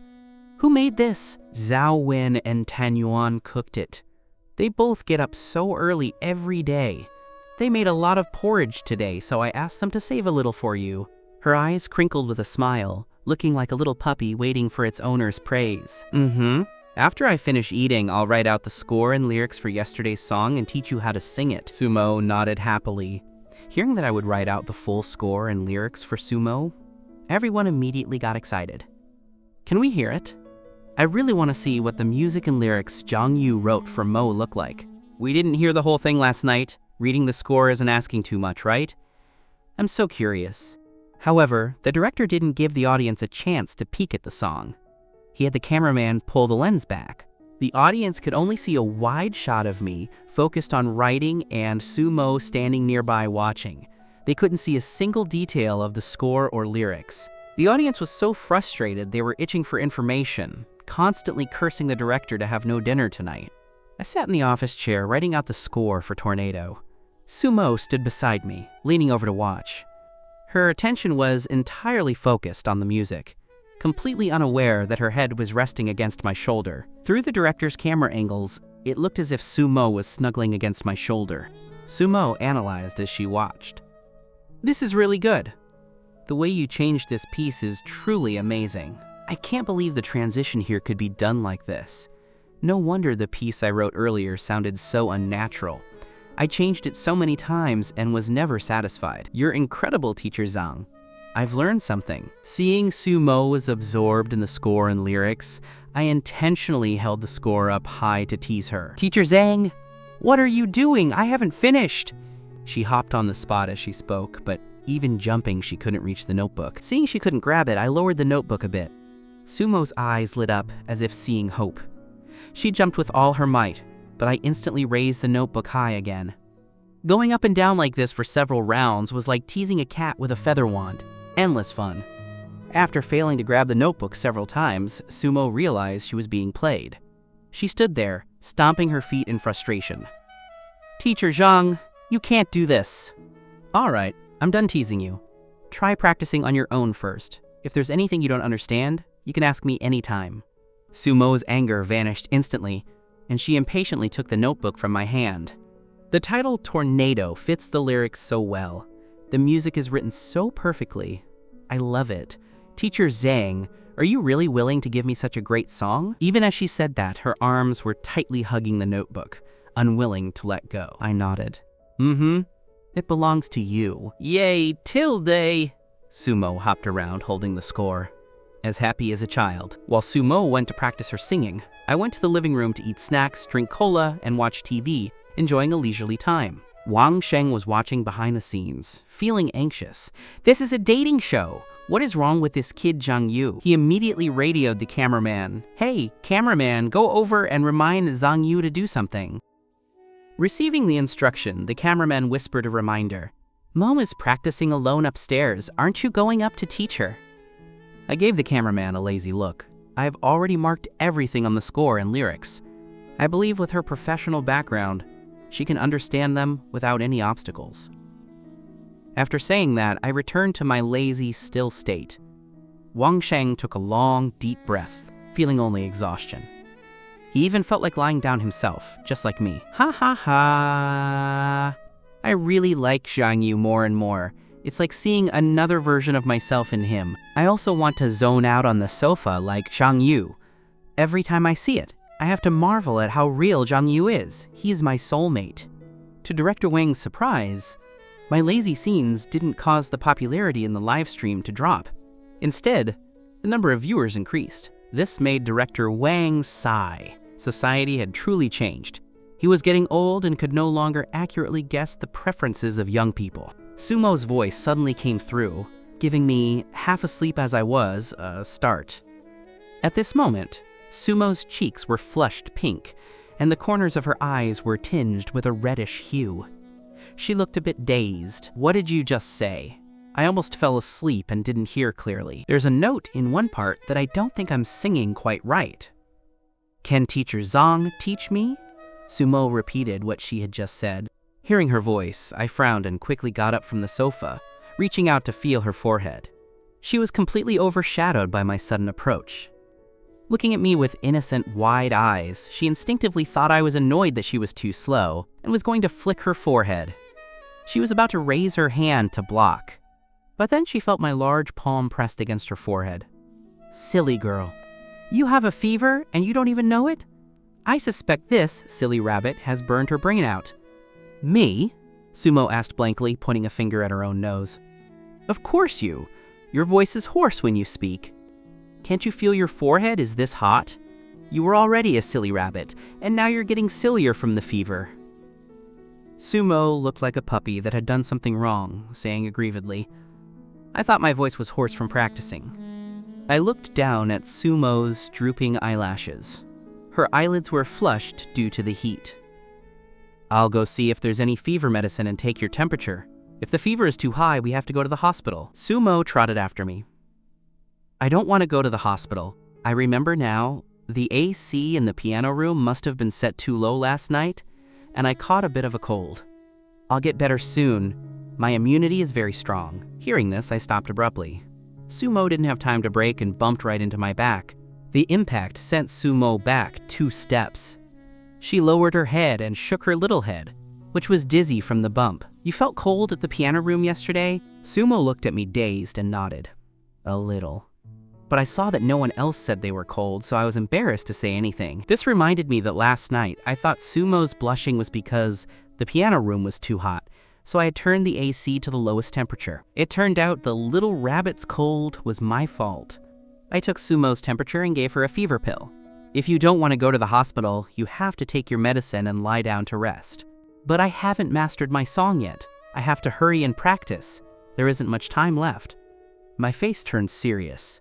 "Fine then, let's go to the hospital." Sumo's fever was probably caused by the pressure she'd been under lately, in addition to the AC. Although she didn't show it normally, it was clear from her emphasis on singing freely yesterday and her persistence with Tornado today. Sumo pouted. "I don't want to go to the hospital." I softened my voice as if coaxing a child. "If you're good, when you're better, I'll teach you personally. I guarantee you'll learn it in 1 day." "Really?" Sumo's eyes instantly lit up. "Is what Teacher Zhang said true? Really? Since you call me Teacher Zhang, of course I'll teach you." Only then did Sumo go back to her room with peace of mind to lie down and rest. Afterward, I went back to the living room sofa to drink cola, but my mind was elsewhere. She's already taken the medicine, so it should be fine, right? But she looked really uncomfortable. Regardless, her cold is related to me. So I went to Sumo's bedside again. At this moment, Sumo was sleeping soundly, her pink lips parting and closing, as if she were eating something delicious, making ba-woo sounds. I chuckled inwardly at Sumo's adorable sleeping face. Who knew what good food she was dreaming of? I took out an electronic thermometer and placed it against Sumo's forehead, 37.4 degrees Celsius. Although she still had a low-grade fever, it was coming down, so it shouldn't be a major issue. The heart that had been hanging in suspense finally settled. Just as I was about to tiptoe out of the room, I heard Sumo's sleep-talking get louder. Her previously flat brow was now furrowed tightly, and tears slowly flowed out from her closed eyes. I leaned over the bed again to observe her. Is she having a nightmare? Mom. Sumo kept calling out something. Mom? Calling for her mom? Has she only been on the show for a few days and already misses her mom? Truly a silly girl. Sumo was sleeping very restlessly, her tears flowing more and more fiercely, her hands tightly gripping the bedsheets. Looking at her, I was a bit at a loss. After a moment's hesitation, I took her hand that was gripping the sheet. Don't be sad. You'll see your mom soon. After her hand was held, her tears continued to fall, but at least she stopped talking in her sleep. Her expression and tensed body also relaxed. I wanted to pull my hand away and leave, but I found my hand was being held tightly by Sumo. I had no choice but to sit on the floor and lean against her bedside. Eventually, I drifted off to sleep. As I was dozing off, Sumo slowly opened her tear-filled eyes, turned her head to look at me leaning by the bed, smiled, and then closed her eyes again. This didn't just make the carbon monophosphide shipping audience in the livestream go wild. Even the production team's staff were screaming silently inside, their smiles nearly reaching their ears. Ooh, tilde. They're holding hands. And sleeping while holding hands. This kid Zhang really knows what he's doing. Just a moment ago, he was on the sofa acting indifferent toward Mo, and now he's actively taking her hand. Truly, a man's mouth is a lying ghost, but the body is more honest than the heart. Wang Yi was all smiles, his face glowing as if he had grown 10 years younger. I woke up with a numb arm and wanted to move my body, but I forgot I was still holding Sumo's hand. I accidentally woke her up with a tug. Our eyes met, and time seemed to stand still. Feeling her soft, tender hand in mine, I froze instantly. You're awake. Let me take your temperature to see if you still have a fever. I stood up quickly, looking around flustered for the thermometer. Sumo shyly lowered her head, pretending nothing had happened. After taking Sumo's temperature, 36.8 degrees. Not bad. The fever is gone. Seems your immunity is quite strong. I'll go put the thermometer back in the medicine cabinet first. After saying that, I walked out of the room. Sumo felt her whole face burning. She hadn't heard a word of what I just said. Her mind was a blur.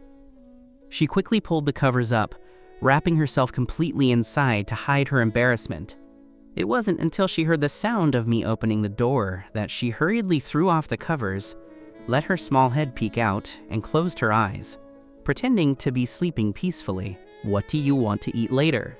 Even if you want to sleep, you have to eat something first to replenish your energy. I haven't thought of what I want yet.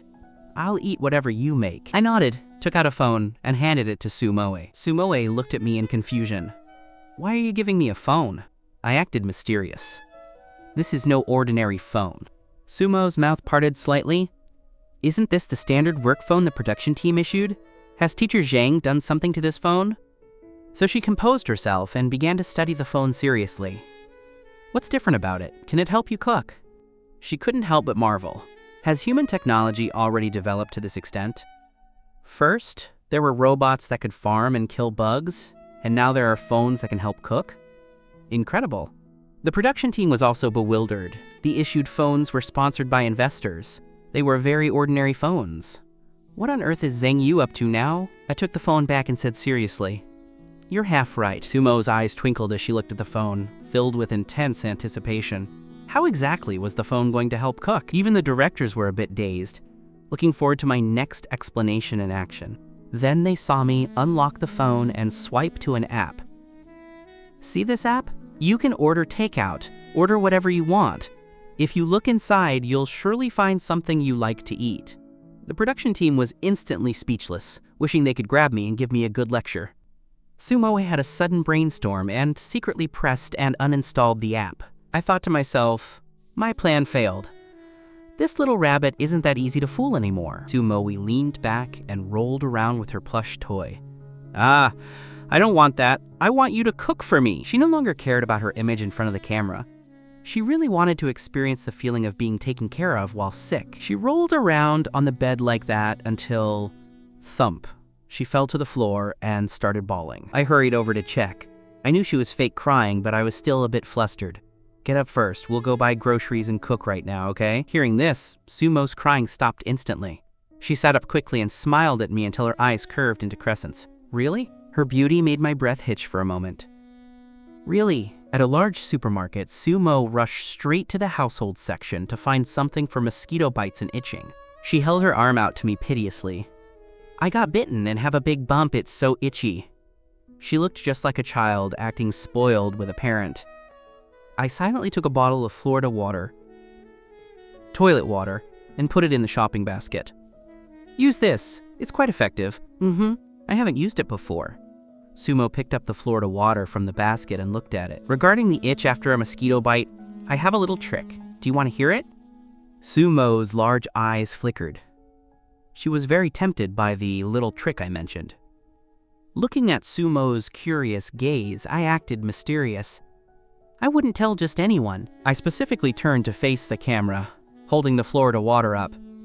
Everyone watching the live stream can learn this too. You just need to pour the Florida water into an aromatherapy bottle, so the whole room is filled with anti-itch Florida water. Sumo nodded seriously in support, indicating she understood perfectly. Then the mosquitoes in the room will absorb the anti-itch Florida water. That way, by the time a mosquito bites you, it's already been treated, so you won't feel any itch. Sumo continued to nod obediently, but halfway through she suddenly realized something was wrong. The smile on her face gradually faded. Realizing she had been teased again, she huffed and pushed the small shopping cart ahead by herself. "Little rabbit, wait for me." I caught up with Sumo, thinking about whether to say something to ease the atmosphere. Then Sumo spoke. "I want to eat a lot of delicious food today. Teacher Zhang has to make it all for me." I nodded seriously. "No problem." They were buying groceries to cook anyway, and Sumo was sick, so it was only right for her to eat something good to recover. As soon as I answered, I saw Sumo break into a beautiful smile. "Okay, I'm not angry anymore." My heart softened. The little rabbit's personality is really good. For the rest of the time, I stayed at the villa teaching Sumo to practice singing Tornado. Many netizens who watched Heartbeat Melody were very curious about what the second half of Tornado would be like. So even though Singing Freely hadn't started recording, many people were already following it. Because Sumoe had to return to Beijing to participate in Singing Freely, she would be away from Heartbeat Melody for a few days. As a result, the 6 guests became 5, and 1 person would be left out. Therefore, for the past few days, all guests didn't have to go out to work. They only needed to stay in the villa to complete the live stream. Under manager Huang Yuyun's arrangement, Sumoe took a flight back to Beijing early this morning to familiarize herself with the stage at the Singing Freely site. "Mo, are you really sure that song Zhang Yu modified for you is feasible? What does your company say?" "The part he sang was indeed modified well, but I'm just a bit worried about you for the rest of it." Although he spoke words of concern, in his heart, Zhao Wen hoped Sumo's performance of my song would be a disaster. That way, Sumo would dislike me, giving him an opportunity. Sumo has smiled. "Don't worry. Teacher Zhang's strength is very formidable.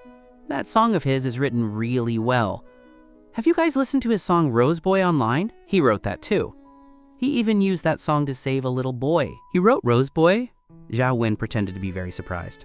"I really didn't expect that. He's a dark horse. Since he's so talented, I'm relieved." But Zhao Wen still felt disdainful, believing that the song's popularity was largely due to luck. I came downstairs and interrupted everyone's conversation. "Morning. I thought I'd be the first one up today, but I didn't expect you all to be earlier." Sumo smiled and joked with me. "If you had woken up any later, you might not have seen me." Seeing me talking to Sumo again, Zhao Wen intentionally changed the subject. "All right, Mo. Yesterday, I specifically went to a temple to get a career talisman for you. I hope you can overcome all obstacles and take the top spot." As he spoke, he took out an exquisite sachet. "The career talisman is inside. You can carry it with you on stage. Maybe it will ensure your career goes smoothly." Sumo showed a surprised expression. She hadn't expected to receive a gift just for going to sing. "I'll keep it safe." Seeing Zhao Wen giving a gift